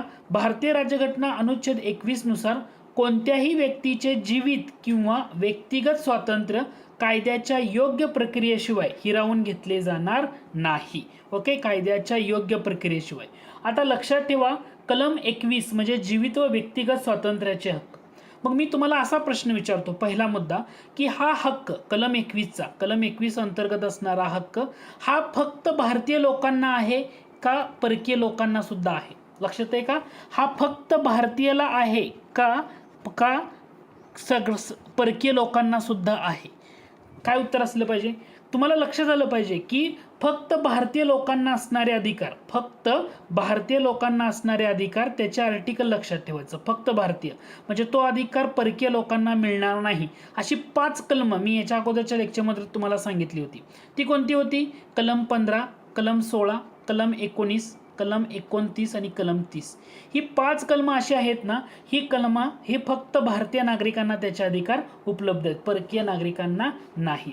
मग कलम 21 हे भारतीयाला बी असणार आहे आणि परकीयाला बी असणार आहे. लक्षात येतंय का? कारण फक्त भारतीयासाठी ही 5च कलम आहेत. 21 त्याच्यामध्ये येतं का? नाही. म्हणजे मी तुम्हाला विचारलं होतं की कलम 21 हे फक्त भारतीयांसाठी आहे का? नाही. तर हे भारतीयासाठी सुद्धा आहे आणि परकीयांसाठी सुद्धा उपलब्ध आहे. मग या कलमांतर्गत संरक्षण मिळतं तर ते कशासाठी मिळतं? तर असंगत कार्यकारी कृती असू द्या, त्याचबरोबर संसदीय कृती सुद्धा असू द्या असंगत, त्याच्या विरुद्धही मिळतं. तुम्हाला हे पहिलं विधान चुकीचं का ठरतंय? कारण कलम 21 नुसार कोणत्याही व्यक्तीचं जीवित व व्यक्तिगत स्वातंत्र्य हे तर येतच, पण कायद्याच्या योग्य प्रक्रियेशिवाय म्हणजे कायदा करून तुम्ही एखाद्या व्यक्तीचं जीवित व्यक्तिगत स्वातंत्र्य घेऊ शकता का? तर नाही, हे लक्षात घ्या. कारण संसदीय कृतीविरुद्ध सुद्धा हे कलम 21 मधलं संरक्षण प्राप्त आहे. याच्यामुळं पहिलं विधान काय होतंय? बरोबर नाही. ओके, तर त्याच्यामुळं तुम्हाला इथं थोडंसं लक्षात ठेवणं गरजेचं आहे. ठीक आहे. पुढचा प्रश्न हा सुद्धा बेसिकली सिंपल घटकावरचाच आहे. राज्य धोरणाची मार्गदर्शक तत्व दिलीत आणि तुम्हाला म्हटले कोणतं विधान बरोबर नाही ते ओळखा. आता मार्गदर्शक तत्व म्हणजे भारतीय राज्यघटनेच्या भाग 4 मध्ये दिलीत, बरोबर आहे का? डेफिनेटली बरोबर आहे. त्यानंतर ही तत्व म्हणजे भारतीय राज्यघटनेचे नाविन्यपूर्ण वैशिष्ट्य आहे, नाविन्यपूर्ण वैशिष्ट्य असं वर्णन डॉक्टर बाबासाहेब आंबेडकरांनी केले. डेफिनेटली बरोबर आहे. ओके, आंबेडकरांनी वर्णन केले नाविन्यपूर्ण वैशिष्ट्य.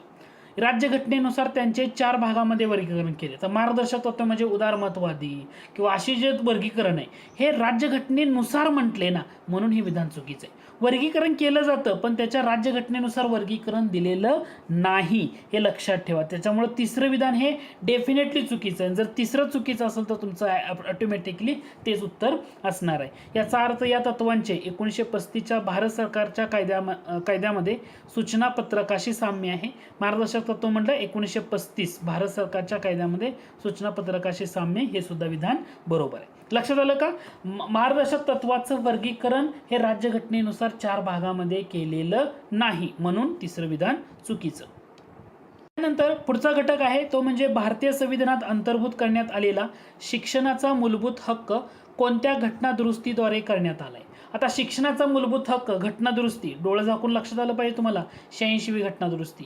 या घटना दुरुस्तीवर आयोगानं ना ह्या घटना दुरुस्ती एकतर कन्फ्यूज केली जाते किंवा या घटना दुरुस्तीचं जे वर्ष असतं ना या वर्षावर कन्फ्यूज केलं जातं. जे नवीन विद्यार्थी आहेत ना शक्यतो या घटकाला लक्ष द्या, MPSC मध्ये याच्यावर प्रश्न येतोच. 86वी घटना दुरुस्ती म्हटलं की तुम्हाला वर्ष लक्षात ठेवायचं 2002. 86वी घटना दुरुस्ती 2002. तुम्हाला 2004 केलं जातं, 2006 केलं जातं, तर त्यामध्ये तुम्ही कन्फ्यूज होता कामा नाही. त्यानंतर पुढचा प्रश्न आहे, मार्गदर्शक तत्वे कोऱ्या चेक प्रमाणे आहेत, त्यांचं वटवणं बँकेच्या इच्छेवर सोडलेलं आहे असं कोणी म्हटलं? बऱ्याच वेळा हा प्रश्न येऊन गेलेला MPSC मध्ये. मार्गदर्शक तत्वे कोऱ्या चेक प्रमाणे आहेत, तर हे KT शहा, प्राध्यापक KT शहा. त्यानंतर पुढचा प्रश्न आहे, भारतीय संविधानाने नागरिकांना आर्थिक न्यायाची खात्री कशाद्वारे दिली? यावरही बऱ्याच वेळा प्रश्न विचारला जातो. आर्थिक न्याय म्हटलं तर तुम्हाला डोळे झाकून लक्षात ठेवा, उद्देशपत्रिका, मूलभूत कर्तव्य, मार्गदर्शक तत्वे आणि मूलभूत अधिकार. तर तुमचं उत्तर काय असलं पाहिजे? राज्य धोरणाची मार्गदर्शक तत्वे. ओके, पुढचा प्रश्न आहे, आता ॲक्च्युली हा लॉजिकली प्रश्न आहे, तुम्ही लगेच उत्तर देऊ शकता. खालीलपैकी कोणत्या भारतीय राज्यघटनेच्या वैशिष्ट्यावरून असे निदर्शनास येते की वास्तविक कार्यकारी सत्ता पंतप्रधानांच्या नेतृत्वाखाली कार्य करणाऱ्या मंत्रिमंडळाच्या हाती आहे? प्रातिनिधिक लोकशाही म्हणजे रिप्रेझेंटेटिव्ह डेमोक्रेसी, अध्यक्षीय लोकशाही म्हणजे प्रेसिडेन्शियल डेमोक्रेसी, संसदीय लोकशाही म्हणजे पार्लमेंटरी डेमोक्रेसी आणि प्रत्यक्ष लोकशाही म्हणजे डायरेक्ट डेमोक्रेसी. आता कोणत्या भारतीय राज्यघटनेच्या वैशिष्ट्यावरून असं म्हटले? कार्यकारी सत्ता कोणाच्या म्हणतोय? पंतप्रधान. म्हणजे भारतामध्ये लोकशाही कशी आहे हे तुम्हाला लक्षात आलं पाहिजे. भारतीय राज्यघटनेच्या वैशिष्ट्यावरून भारतातली लोकशाही कशी आहे? संसदीय लोकशाही आहे. लक्षात घ्या, भारतातली लोकशाही कशी आहे? संसदीय लोकशाही. आपली अध्यक्ष लोकशाही नाही आहे किंवा प्रातिनिधिक नाही, संसदीय लोकशाही. तर हा सुद्धा एक सिंपलचा प्रश्न आहे. घटनेमध्ये मूलभूत कर्तव्यांचा समावेश, आता याच्यावर जास्त एक्सप्लेनेशन करायची गरज नाही. सुवर्णसिंग समिती. त्यानंतर पुढचा प्रश्न आहे, खालीलपैकी सार्वजनिक खर्चावर नियंत्रण ठेवण्याचे कोणते साधन आहे? आता सार्वजनिक खर्चावर नियंत्रण ठेवण्यामध्ये तुम्हाला लक्षात आलं पाहिजे भारताचा नियंत्रक व महालेखा परीक्षक म्हणजे कॅग ऑफ इंडिया म्हणजे डेफिनेटली असणार आहे. त्यानंतर संसद सुद्धा ठेवू शकते सार्वजनिक खर्चावर नियंत्रण, म्हणजे आहे, क आहे डेफिनेटली. जर आणि क बरोबर असेल तर तुमचा हा ऑप्शन आणि हा ऑप्शन इलिमिनेट होतो, म्हणजे ह्या 2 ऑप्शनपैकी उत्तर येऊ शकतं. आता नियोजन आयोग डेफिनेटली येणार नाही, वित्त मंत्रालय असू शकतोय, असणारच आहे. त्यामुळे क ड हे तुमचं काय असलं पाहिजे? करेक्ट आन्सर असलं पाहिजे. पुढचा प्रश्न आहे, विधेयके मंजूर करण्यासंदर्भात संसदेच्या दोन्ही सभागृहामध्ये मतभिन्नता असल्यास असा अडथळा दूर करण्यासाठी राज्यघटनेमध्ये तरतुदी आहेत. त्यामुळे पुढील प्रकरणी दोन्ही सभागृहाची संयुक्त बैठक होऊ शकते. संयुक्त बैठक पण कोणाच्या संदर्भात आहे? संसदेच्या. आता तुम्ही राज्यांच्या विचार जर केला, म्हणजे राज्य विधिमंडळ आणि विधान परिषद जर असेल, विधानसभा आणि विधान परिषद याच्या बाबतीमध्ये संयुक्त बैठकीची तरतूद आहे का? नाही. पहिला मुद्दा लक्षात आला. संयुक्त बैठकीची तरतूद ही फक्त संसदेच्या दोन्ही सभागृहासाठी आहे, म्हणजे एकतर लोकसभा आणि राज्यसभा यांच्यासाठीच फक्त तरतूद आहे. दुसरा मुद्दा, संयुक्त बैठक ही तरतूद भारतानं कोणत्या देशाच्या राज्यघटनेमधून घेतली? तर त्याचं उत्तर आहे ऑस्ट्रेलिया देशाच्या राज्यघटनेमधून घेतलं. ऑस्ट्रेलिया देशाच्या राज्यघटनेमधून आपण 3 महत्त्वाच्या गोष्टी घेतल्यात. संव्यास असं तुम्हाला लक्षात ठेवायचं आहे. संव्यास म्हणजे काय? एक तर संयुक्त बैठक, दुसरं म्हणजे समवर्ती सूची आणि व्यापार व वाणिज्य यांचे स्वातंत्र्य. ऑस्ट्रेलिया देशाच्या राज्यघटनेमधून भारतानं कोणत्या 3 गोष्टी घेतल्या? ट्रिक आहे त्याची संव्यास. ट्रिक आहे ही, काय आहे? ट्रिक आहे. स म्हणजे काय? संयुक्त बैठकीची तरतूद ऑस्ट्रेलियाकडे घेतली. व्या म्हणजे काय? व्यापार व वाणिज्य याचं स्वातंत्र्य घेतलं. आणि स म्हणजे काय? समवर्ती सूची किंवा कंकरंट लिस्ट म्हणतो, ऑस्ट्रेलिया देशाच्या राज्यघटनेमधून घेतलं. मग संयुक्त बैठकीची तरतूद कोणत्या विधेयकाच्या बाबतीमध्ये असते? तुम्हाला एक तर लक्षात आलं पाहिजे, घटना दुरुस्ती विधेयकाच्या बाबतीमध्ये संयुक्त बैठकीची तरतूद नसते. त्याचप्रमाणे जे धन विधेयक असतं त्या धन विधेयकाच्या बाबतीमध्ये सुद्धा संयुक्त बैठकीची तरतूद नसते. याचा अर्थ अ आणि क डेफिनेटली नाहीये. याच्यामध्ये जे सर्वसाधारण विधेयक असतात किंवा वित्त विधेयक 1 आणि 2 जे वित्त विधेयकाचे प्रकार आहेत यांच्यासाठी मात्र संयुक्त बैठकीची तरतूद आहे, हे लक्षात घ्या. तुम्हाला मी असा प्रश्न विचारला, घटना दुरुस्ती विधेयक जे असतात आणि या घटना दुरुस्ती विधेयकाला मंजुरी देणं राष्ट्रपतीवर बंधनकारक करण्यात आलं. घटना दुरुस्ती विधेयकाला मंजुरी देणं बंधनकारक करण्यात आलं. बंधनकारक कोणावर करण्यात आलं? तर आपले जे प्रेसिडेंट असतात त्यांना बंधनकारक करण्यात आलं. कोणत्या घटना दुरुस्तीद्वारे? लक्षात आहे का? घटना दुरुस्ती विधेयकाला मंजुरी देणं राष्ट्रपतीवर बंधनकारक करण्यात आलं. हे कोणत्या घटना दुरुस्तीनं केलेलं आहे? तर तुम्हाला लक्षात आलं पाहिजे, ही आहे 24वी घटना दुरुस्ती 1971ची. 24वी घटना दुरुस्ती जी 1971ची होती, या घटना दुरुस्तीनं घटना दुरुस्ती विधेयकाला मंजुरी देणं राष्ट्रपतीवर बंधनकारक करण्यात आलं. मुद्दा समजला का? की संयुक्त बैठकीची तरतूद ही फक्त संसदेच्या दोन्ही सभागृहासाठी असते, राज्यांच्यासाठी नाही. म्हणजे राज्य विधानसभा असेल किंवा राज्यांची विधान परिषद असेल त्याच्यासाठी संयुक्त बैठकीची तरतूद आहे का? तर तरतूद नाही, हे तुमच्या लक्षात आलं पाहिजे. सिंपलचा प्रश्न आहे, जास्त विचार करण्यासारखा नाही आहे. ओके, 2 विधान आहेत आणि योग्य विधान ओळखा म्हटले. राज्य लोकसेवा आयोगाचे सदस्य त्यांच्या पदावर रुजू झाल्यापासून 6 वर्षाचा कालावधी पूर्ण करेपर्यंत किंवा 62 वर्ष वयापर्यंत पदावर कार्यरत राहू शकतात. बरोबर आहे. 6 ते 62 हे कशासाठी बाबतीमध्ये? राज्य लोकसेवा आयोगाच्या बाबतीमध्ये. UPSC बाबतीमध्ये 65 पर्यंत असतं, हे लक्षात राहू द्या. संयुक्त लोकसेवा आयोग असेल तर ते चेंजेस होत राहतात. ठीक आहे. जर एखादा सदस्य निवृत्तीनंतर महाराष्ट्र लोकसेवा आयोगाचा अध्यक्ष म्हणून नियुक्त झाला, म्हणजे एक सदस्य आहे MPSCचा, तो MPSCचा अध्यक्ष म्हणून नियुक्त झाला निवृत्तीनंतर, ठीक आहे, तर त्याचे वय कितीही असले तरी त्याला अधिकचा 6 वर्षांचा कार्यकाळ मिळतो. अधिकचा 6 वर्षाचा कार्यकाळ डेफिनेटली त्याला त्या ठिकाणी मिळणार नाही. फक्त तुम्हाला या पॉईंटमधून हा घटक फक्त लक्षात ठेवा, 6 ते 62. ओके, राज्य लोकसेवा आयोगाचे सदस्य. नंतर हा एक बेसिक घटक आहे, पण अलीकडच्या काळामध्ये विधानसभा विधान परिषद कामकाज हा मुद्दा चर्चेत असतो. ठीक आहे. प्रश्न असा होता, विधान परिषदेमध्ये अशासकीय सदस्यांचे कामकाज चालवण्याकरता कोणता दिवस व वेळ नेमून दिलेला असतो? अशासकीय सदस्यांचं. तर हा लक्षात ठेवा बरं का, तुम्हाला माहीत नसेल तर. शुक्रवारचं जे शेवटचे 2.5 तास असतात ना, शुक्रवारी जे कामकाज असतं विधानसभेचं, तर त्याच्यामधलं शेवटचे 2.5 तास हे अशासकीय सदस्यांचे कामकाज चालवण्याकरता वेळ ठरवून दिलेला असतो. पुढचा घटक आहे, भारतातील घटना दुरुस्ती प्रक्रियाविषयी खालीलपैकी कोणते विधान अयोग्य आहे ते ओळखा. आता घटना दुरुस्ती विधेयक संसदेच्या कोणत्याही सभागृहात सादर करता येते. बरोबर आहे का? येस, बरोबर आहे. घटना दुरुस्ती विधेयक जर सादर करायचं असेल तर ते लोकसभेमध्ये पण सादर करता येईल किंवा राज्यसभेमध्ये पण सादर करता येईल. म्हणजे कोणत्याही सभागृहामध्ये संसदेच्या सादर करता येते. दुसरं महत्त्वाची गोष्ट म्हणजे घटना दुरुस्ती विधेयक सादर करायच्या अगोदर राष्ट्रपतींची पूर्वसंमती आवश्यक नसते. बरोबर आहे. कारण जसं धन विधेयक असतं राष्ट्रपतींची पूर्वसंमती आवश्यक आहे. धन विधेयक मांडताना लोकसभेमध्ये अगोदर मांडावं लागतं, राज्यसभेकडे जात नाही. ठीक आहे, म्हणजे मांडता येत नाही. तसं घटना दुरुस्ती विधेयक संसदेच्या कोणत्याही सभागृहात मांडता येतं. राष्ट्रपतींची पूर्वसंमती आवश्यक त्याला असत नाही किंवा नसते. घटनादुरुस्ती विधेयक राष्ट्रपती एका वेळेस संसदेचा विचारविनिमय पाठवू शकतात. घटनादुरुस्ती विधेयक घटनादुरुस्ती विधेयकाला मगाशीच मुद्दा मी कव्हर केला होता. घटनादुरुस्ती विधेयकाला मंजुरी देणं राष्ट्रपतीवर काय केलंय, बंधनकारक केले. कोणती घटनादुरुस्ती होती? 24वी घटनादुरुस्ती होती. 24वी घटनादुरुस्ती जी होती 1971ची. या घटनादुरुस्तीनं काय केलं, घटनादुरुस्ती विधेयकाला मंजुरी देणे राष्ट्रपतीवर बंधनकारक केलं. त्यामुळे ते विचारविनिमयासाठी पाठवू शकतात का? नाही. याचा अर्थ पर्याय क्रमांक 2 हे तुमचं करेक्ट आन्सर आहे, कारण ते तुमचं अयोग्य विधान आहे. आता घटनादुरुस्ती विधेयकासंबंधी संसदेच्या दोन्ही सभागृहात सहसहमती निर्माण झाल्यास संयुक्त अधिवेशन बोलवण्याची तरतूद नाही. बरोबर आहे ना. घटनादुरुस्ती विधेयक संयुक्त बैठक कोणत्या घटकासाठी मग बोलवली जाऊ शकते? संयुक्त बैठक म्हटलं तर तुमचं एक जनरल तुमचं जे विधेयक असेल, सर्वसामान्य विधेयक आणि वित्त विधेयक याच्यासाठीच आहे, हे लक्षात घ्या. ओके, हे दोन मुद्दे फक्त कन्फ्यूज व्हायचं नाही. सर्वसामान्य विधेयक आणि वित्त विधेयक याच्यासाठी संसदेच्या संयुक्त बैठकीची तरतूद आहे.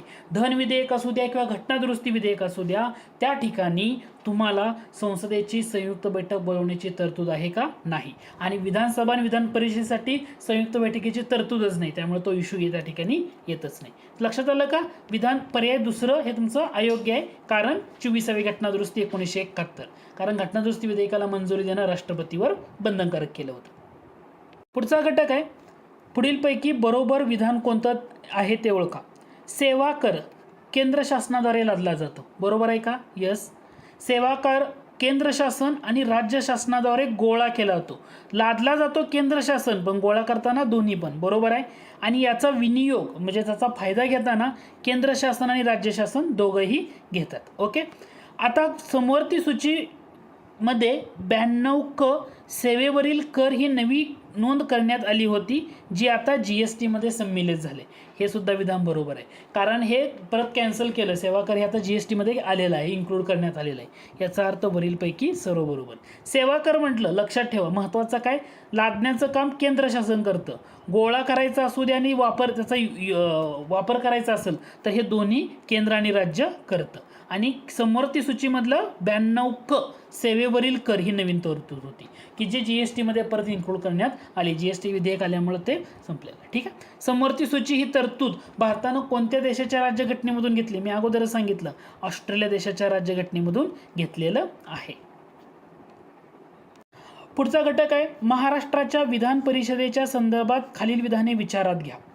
कामकाजासाठी गणसंख्या सभागृहाच्या एकूण सभासद संख्येच्या 1. ओके. समजा 78 आपली महाराष्ट्राची विधान परिषदेची सदस्य संख्या. ओके. 1. तुम्हाला काय पाहिजे? गणसंख्या पाहिजे. ठीक आहे. पहिलं विधान हे सत्य आहे.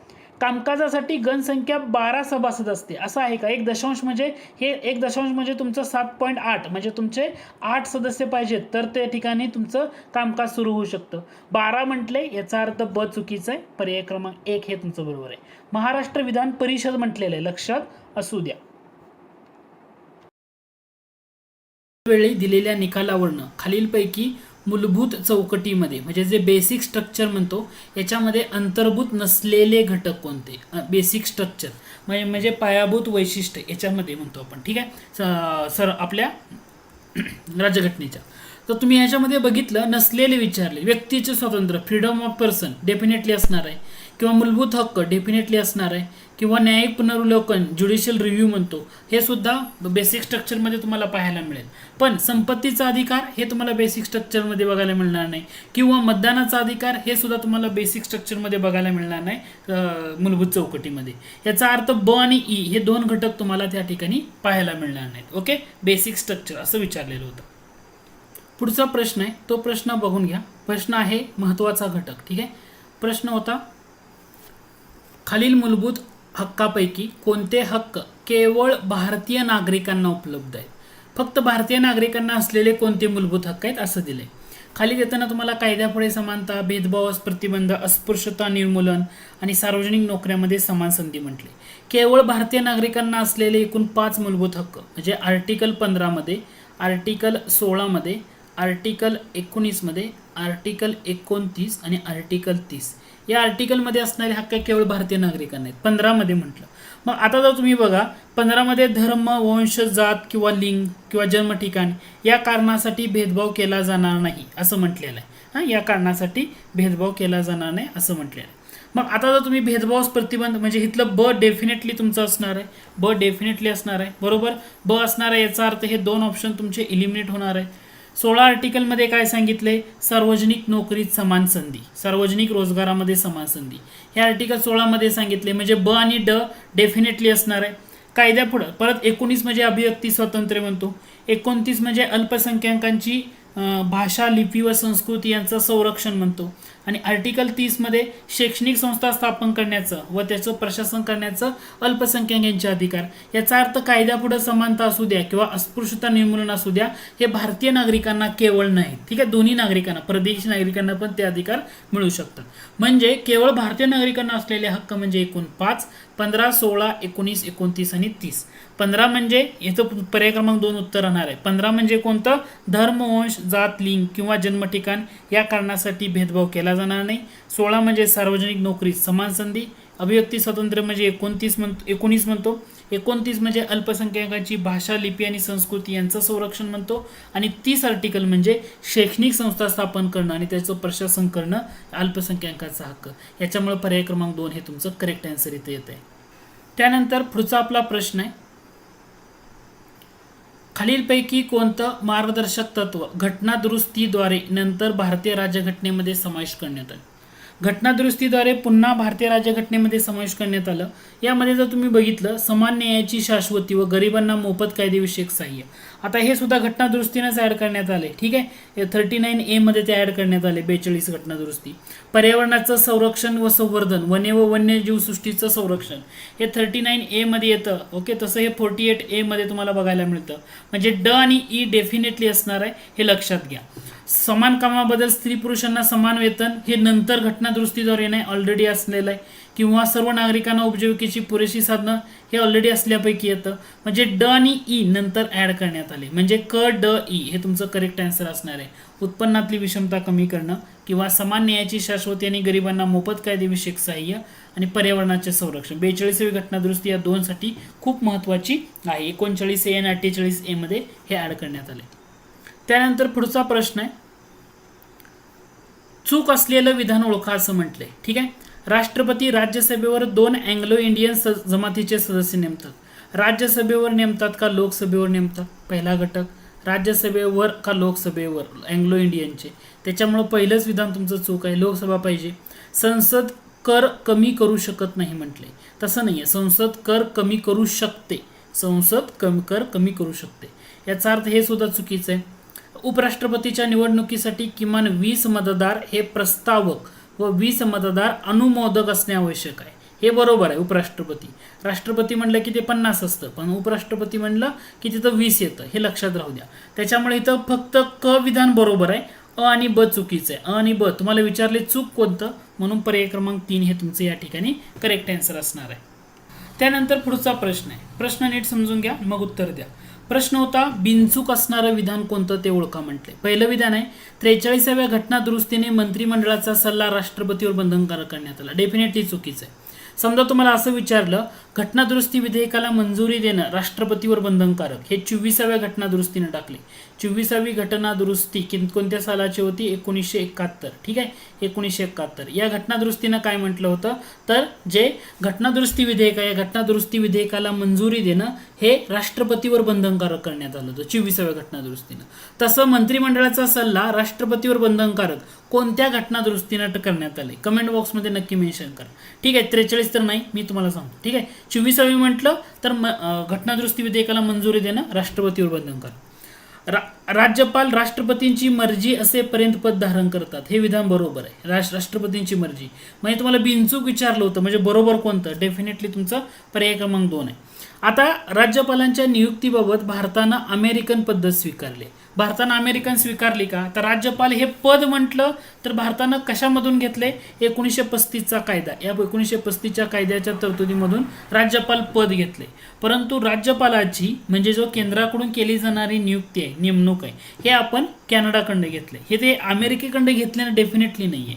अमेरिकेकडे उपराष्ट्रपती पद असेल, न्यायिक पुनर्विलोकन असेल, न्यायव्यवस्थेचं स्वातंत्र्य असेल, मूलभूत अधिकार असतील, हे सगळे मुद्दे आपण अमेरिकेकडे घेतले. त्याच्यामुळे हे इथं चुकीचं ठरते. दुसरा घटक आहे राज्यपालांची नेमणूक करताना उपराष्ट्रपतींचा सल्ला घेणे बंधनकारक. उपराष्ट्रपतीचा रोल येतो का राज्यपालांच्या नेमणुकीत? डेफिनेटली नाही आहे. त्यांचा सल्ल्याचा काही रोल येत नाही. ओके, हे घटक लक्षात ठेवा. म्हणजे दोन महत्त्वाचे मुद्दे. एक म्हणजे 24वी घटना दुरुस्ती 1971 घटना दुरुस्ती विधेयकाला मंजुरी देणं राष्ट्रपतीवर बंधनकारक, आणि दुसरं म्हणजे मंत्रिमंडळाचा सल्ला राष्ट्रपतीवर बंधनकारक कोणत्या घटना दुरुस्तीनं करण्यात आला? कमेंट बॉक्समध्ये मेन्शन करा. त्यानंतर पुढचा प्रश्न आहे, राष्ट्रपती राजवटीबाबत चुकीचं नसलेलं विधान ओळखा. चुकीचं नसलेलं म्हणजे बरोबर असणारं विधान कोणतं? महाराष्ट्रामध्ये आतापर्यंत 2019 म्हटले 3 वेळा राष्ट्रपती राजवट लावली. डेफिनेटली बरोबर आहे. 1980 साली पहिल्यांदा लागली होती, त्याच्यानंतर 2014 आहे, आणि आता 2019 म्हणजे 3 वेळा राष्ट्रपती राजवट लागली आहे. बरोबर आहे. डॉक्टर बाबासाहेब आंबेडकरांनी कलम 356 म्हणजे राष्ट्रपती राजवटीच्या संदर्भातलं ला डेड लेटर म्हटले, ते सुद्धा बरोबर आहे. डेड लेटर म्हणजे येतं तुमचं दोन्ही विधानं काय असणार आहेत? बरोबर असणार आहेत. दोन्ही विधानं बरोबर. पुढचा प्रश्न बघा, कितव्या घटना दुरुस्तीनुसार दिल्ली केंद्रशासित प्रदेशाला स्वतंत्र राज्याचा दर्जा न देता त्याचेच रूपांतर नॅशनल टेरिटरी ऑफ दिल्लीमध्ये करण्यात आलं? म्हणजे दिल्लीसाठी म्हटलं की घटना दुरुस्ती कोणती? 69वी घटना दुरुस्ती. हे लक्षात घ्या. दिल्ली म्हटलं की 69वी घटना दुरुस्ती. त्यानंतर पुढचा प्रश्न आहे, सिंपलच आहे. चूक नसलेलं विधान ओळखा म्हटले. पहिलं विधान आहे, राज्य लोकसेवा आयोगाच्या अध्यक्षांचा निर्धारित कार्यकाळ 6 वर्ष किंवा वयाची 65 वर्ष, जे आधी असेल तो असा असतो. आता 6 वर्ष किंवा वयाची 65 वर्ष असतो का? इथं 62 पाहिजे, 65 नाही. त्याच्यामुळे पहिलं विधान चुकीचं आहे. राज्य लोकसेवा आयोगाचे अध्यक्ष असेल किंवा सदस्यांसाठी संविधानामध्ये पात्रता सांगितलेली नाहीये. पात्रता चूक नसलेलं म्हणजे काय ओळखायचं? तुम्हाला बरोबर ओळखायचं. ठीक आहे. आता लोकसेवा आयोगाचे अध्यक्ष असतील किंवा सदस्य, संविधानामध्ये पात्रता सांगितली आहे का? नाही. म्हणजे हे विधान बरोबर आहे. म्हणजे तुमचं दुसरं विधान बरोबर आहे, पहिलं चुकीचं आहे. 6 वर्ष किंवा वयाची 62 पाहिजे, 65 असल्यामुळं या ठिकाणचं हे पहिलं विधान चुकीचं ठरत आहे. त्यानंतर पुढचा प्रश्न आहे, संयुक्त बैठक जॉईंट सिटिंग म्हणतो तरतूद घटना दुरुस्ती विधेयकाबाबत करण्यात आलेली आहे. घटना दुरुस्ती विधेयकाच्या बाबतीमध्ये संयुक्त बैठकीची तरतूद करण्यात आलेली नाही. त्याच्यामुळे पहिलं विधान चुकीचं ठरते, लक्षात घ्या. संयुक्त बैठकीची तरतूद भारतानं कोणत्या देशाच्या राज्यघटनेमधून घेतली? तर तो देश आहे कॅनडा. कॅनडा नाहीये. संयुक्त बैठक म्हणजे ऑस्ट्रेलियाखंड घेतले आपण. ऑस्ट्रेलियाखंड हे संयुक्त बैठकीची तरतूद घेतली आहे. संयुक्त बैठक, समवर्ती सूची असेल किंवा व्यापार वाणिज्य याचं स्वातंत्र्य असेल, हे सर्व आपण ऑस्ट्रेलिया देशाच्या राज्यघटनेमधून घेतलेलं आहे. त्यामुळे पहिलं विधान चुकीचं आहे. ओके. घटना दुरुस्ती विधेयकाबाबत संयुक्त बैठक नाहीये. घटना दुरुस्ती विधेयक राज्य विधिमंडळामध्ये मांडता येतं. घटना दुरुस्ती विधेयक हे फक्त लोकसभा आणि राज्यसभा, राज्य विधिमंडळामध्ये मांडता येत नाही, हे लक्षात घ्या. त्यामुळे हे विधान चुकीचं आहे. घटना दुरुस्ती विधेयक संसदेच्या कोणत्याही सभागृहात मांडता येतं. डेफिनेटली बरोबर आहे. लोकसभा असू द्या किंवा राज्यसभा असू द्या, कोणत्याही सभागृहामध्ये ते मांडता येतं. याच्यामुळे अ आणि ब डेफिनेटली चुकीचं आहे. क विधान बरोबर आहे. तुम्हाला विचारलंय काय चुकीचं असलेलं विधान कोणतं? अ आणि ब हे तुमचं करेक्ट आन्सर या ठिकाणी असणार आहे. त्याच्यानंतर पुढचा प्रश्न बघा. प्रश्न काय दिलाय? खालील विधाने लक्षात घ्या. भारताच्या महान्यायवाद्यांची नेमणूक उपराष्ट्रपती करतात. आता महान्यायवाद्यांची नेमणूक उपराष्ट्रपती करतील का? डेफिनेटली नाही. त्यामुळे पहिलं चुकीचं आहे, राष्ट्रपती पाहिजे. घटनेनुसार तो भारताचा नागरिक असावा. ठीक आहे. त्यांचा कार्यकाळ भारतीय राज्यघटनेमध्ये नमूद आहे. महान्यायवादी पदाच्या बाबतीमध्ये असणारा कार्यकाळ राज्यघटनेमध्ये नमूद आहे का? नाही. त्याच्यामुळे हे सुद्धा चुकीचं आहे. तुम्हाला विचारले चुकीचं कोणतं? अ आणि क. त्याच्यानंतर हा एकदम परीक्षेला विचारताना बऱ्याच ठिकाणी प्रश्न विचारतो, तुम्हाला एकदम सिंपल आहे. अयोग्य जोडी ओळखणारा पर्याय निवडा. राज्यसभा हे कनिष्ठ सभागृह आहे का? नाही. वरिष्ठ सभागृह आहे, अप्पर हाऊस आहे. आणि लोकसभा हे कनिष्ठ सभागृह आहे, म्हणजे ते लोअर हाऊस आहे. ओके, म्हणजे तुम्हाला या प्रश्नामधून घटक लगेच लक्षात आला असेल. राज्यसभा हे काय आहे, अप्पर हाऊस आहे, त्याच्यामुळे हे चुकीचं आहे. लोकसभा हे लोअर हाऊस आहे, म्हणजे हे सुद्धा चुकीचं आहे. अ आणि ड चुकीचं आहे. डेफिनेटली अ आणि ड तुमचं उत्तर असणार आहे. लोकसभा प्रथम सभागृह, राज्यसभा दुसरे सभागृह असं दिलंय, परंतु हे दोन घटकामुळे डायरेक्टली उत्तर निघून जातं. पुढचा प्रश्न आहे. प्रश्न, भारतात राष्ट्रपती, उपराष्ट्रपती आणि राज्यसभा यांच्या निवडणुकीसाठी कोणती पद्धत स्वीकारली? कोणती पद्धत? एकल संक्रमणीय पद्धत. ओके, म्हणजे सिंगल ट्रान्सफरेबल वोट ही पद्धत स्वीकारलेली आहे. त्यानंतर पुढचा प्रश्न आहे. खालील विधाने विचारात घ्या आणि योग्य पर्याय निवडा. राज्यसभेच्या सदस्यांचं वय 40 वर्षापेक्षा कमी नसावं. तुम्हाला विचारलं योग्य. योग्य म्हटलं तर डेफिनेटली तर दिसते ना, राज्यसभेचे 1/3 सदस्य 2 वर्षांनी निवृत्त होतात. राज्यसभेचं विसर्जन होत नाही. सदस्य राज्यसभा दर 2 वर्षांनी 1/3 सदस्य निवृत्त होत असतात, त्यामुळे हे लक्षात असू द्या. उपराष्ट्रपती हे राज्यसभेचे पदसिद्ध सदस्य असतात. ओके, अध्यक्ष राहतात ते. उपराष्ट्रपती हे राज्यसभेचे अध्यक्ष असतात. ठीक आहे, त्यामुळं. आणि इथं हे सुद्धा चुकीचं आहे, म्हणजे तुमचा पर्याय क्रमांक 3 हे तुमचं करेक्ट आहे. त्यानंतर पुढचा प्रश्न आहे. प्रश्न क्रमांक 14. खालीलपैकी कोणत्या घटना दुरुस्तीनुसार लोकसभा कार्यकाळ 5 वर्षावरून 6 वर्ष केला? लोकसभेचा कार्यकाळ 5 वर्षावरून 6 वर्ष म्हणजे 42वी घटना दुरुस्ती. आणीबाणी जाहीर झाल्यानंतर तो कार्यकाळ वाढवण्यात आलेला होता, त्यामुळे 42वी घटना दुरुस्ती. लोकसभेचा कार्यकाळ 5 वर्षावरून 6 वर्ष. त्याच्यानंतर पुढचा प्रश्न आहे. जोड्या जुळवा म्हटले. अतारांकित प्रश्न, तारांकित प्रश्न आणि अल्पसूचना प्रश्न, आणि इथं रंग दिलाय म्हणजे ते रंगाचं. ठीक आहे, सिंपलचा घटक आहे, इथं लक्षात घ्या. अतारांकित प्रश्न पांढरा रंग, तारांकित प्रश्न हिरवा, अल्पसूचना गुलाबी. ठीक आहे, याच्यामुळे पर्याय क्रमांक 1 हे तुमचं डायरेक्टली इथे उत्तर असणार आहे. अतारांकित पांढरा, तारांकित हिरवा, अल्पसूचना गुलाबी. त्याच्यानंतर पुढचा प्रश्न आहे. प्रश्न दिला होता सर्वोच्च न्यायालयासंबंधी चूक नसलेलं विधान ओळखा. चूक नसलेलं म्हणजे बरोबर असणारं विधान कोणतं ते ओळखा. भारताच्या सर्वोच्च न्यायालयाची स्थापना 25 जानेवारी 1949 ला झाली. हे विधान चूक आहे, कारण सर्वोच्च न्यायालयाची स्थापना 25 जानेवारी 1950 पाहिजे, कारण 25 जानेवारी हा काय आहे, राष्ट्रीय मतदार दिवस म्हणून साजरा केला जातो.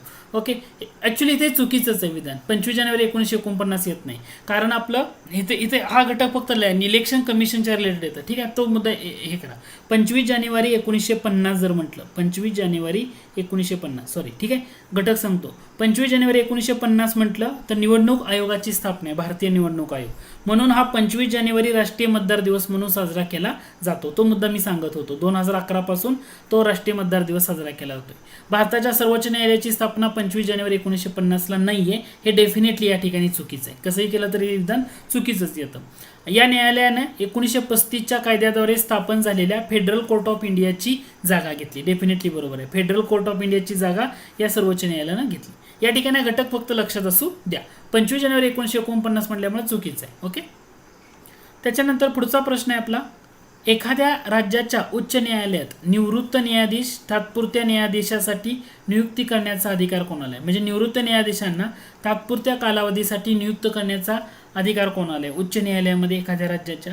डेफिनेटली निवृत्त न्यायाधीशाला तात्पुरत्या कालावधीसाठी म्हटलं त्या उच्च न्यायालयाचा किंवा त्या न्यायालयाचा जो मुख्य न्यायाधीश असेल ना, तर तोच त्या ठिकाणी निवृत्त करू शकतो. प्रश्न काय होता? एखाद्या राज्याच्या उच्च न्यायालयात निवृत्त न्यायाधीश तात्पुरत्या कालावधीसाठी नियुक्ती करण्याचा अधिकार डेफिनेटली त्या न्यायालयाच्या मुख्य न्यायाधीशाला असतो.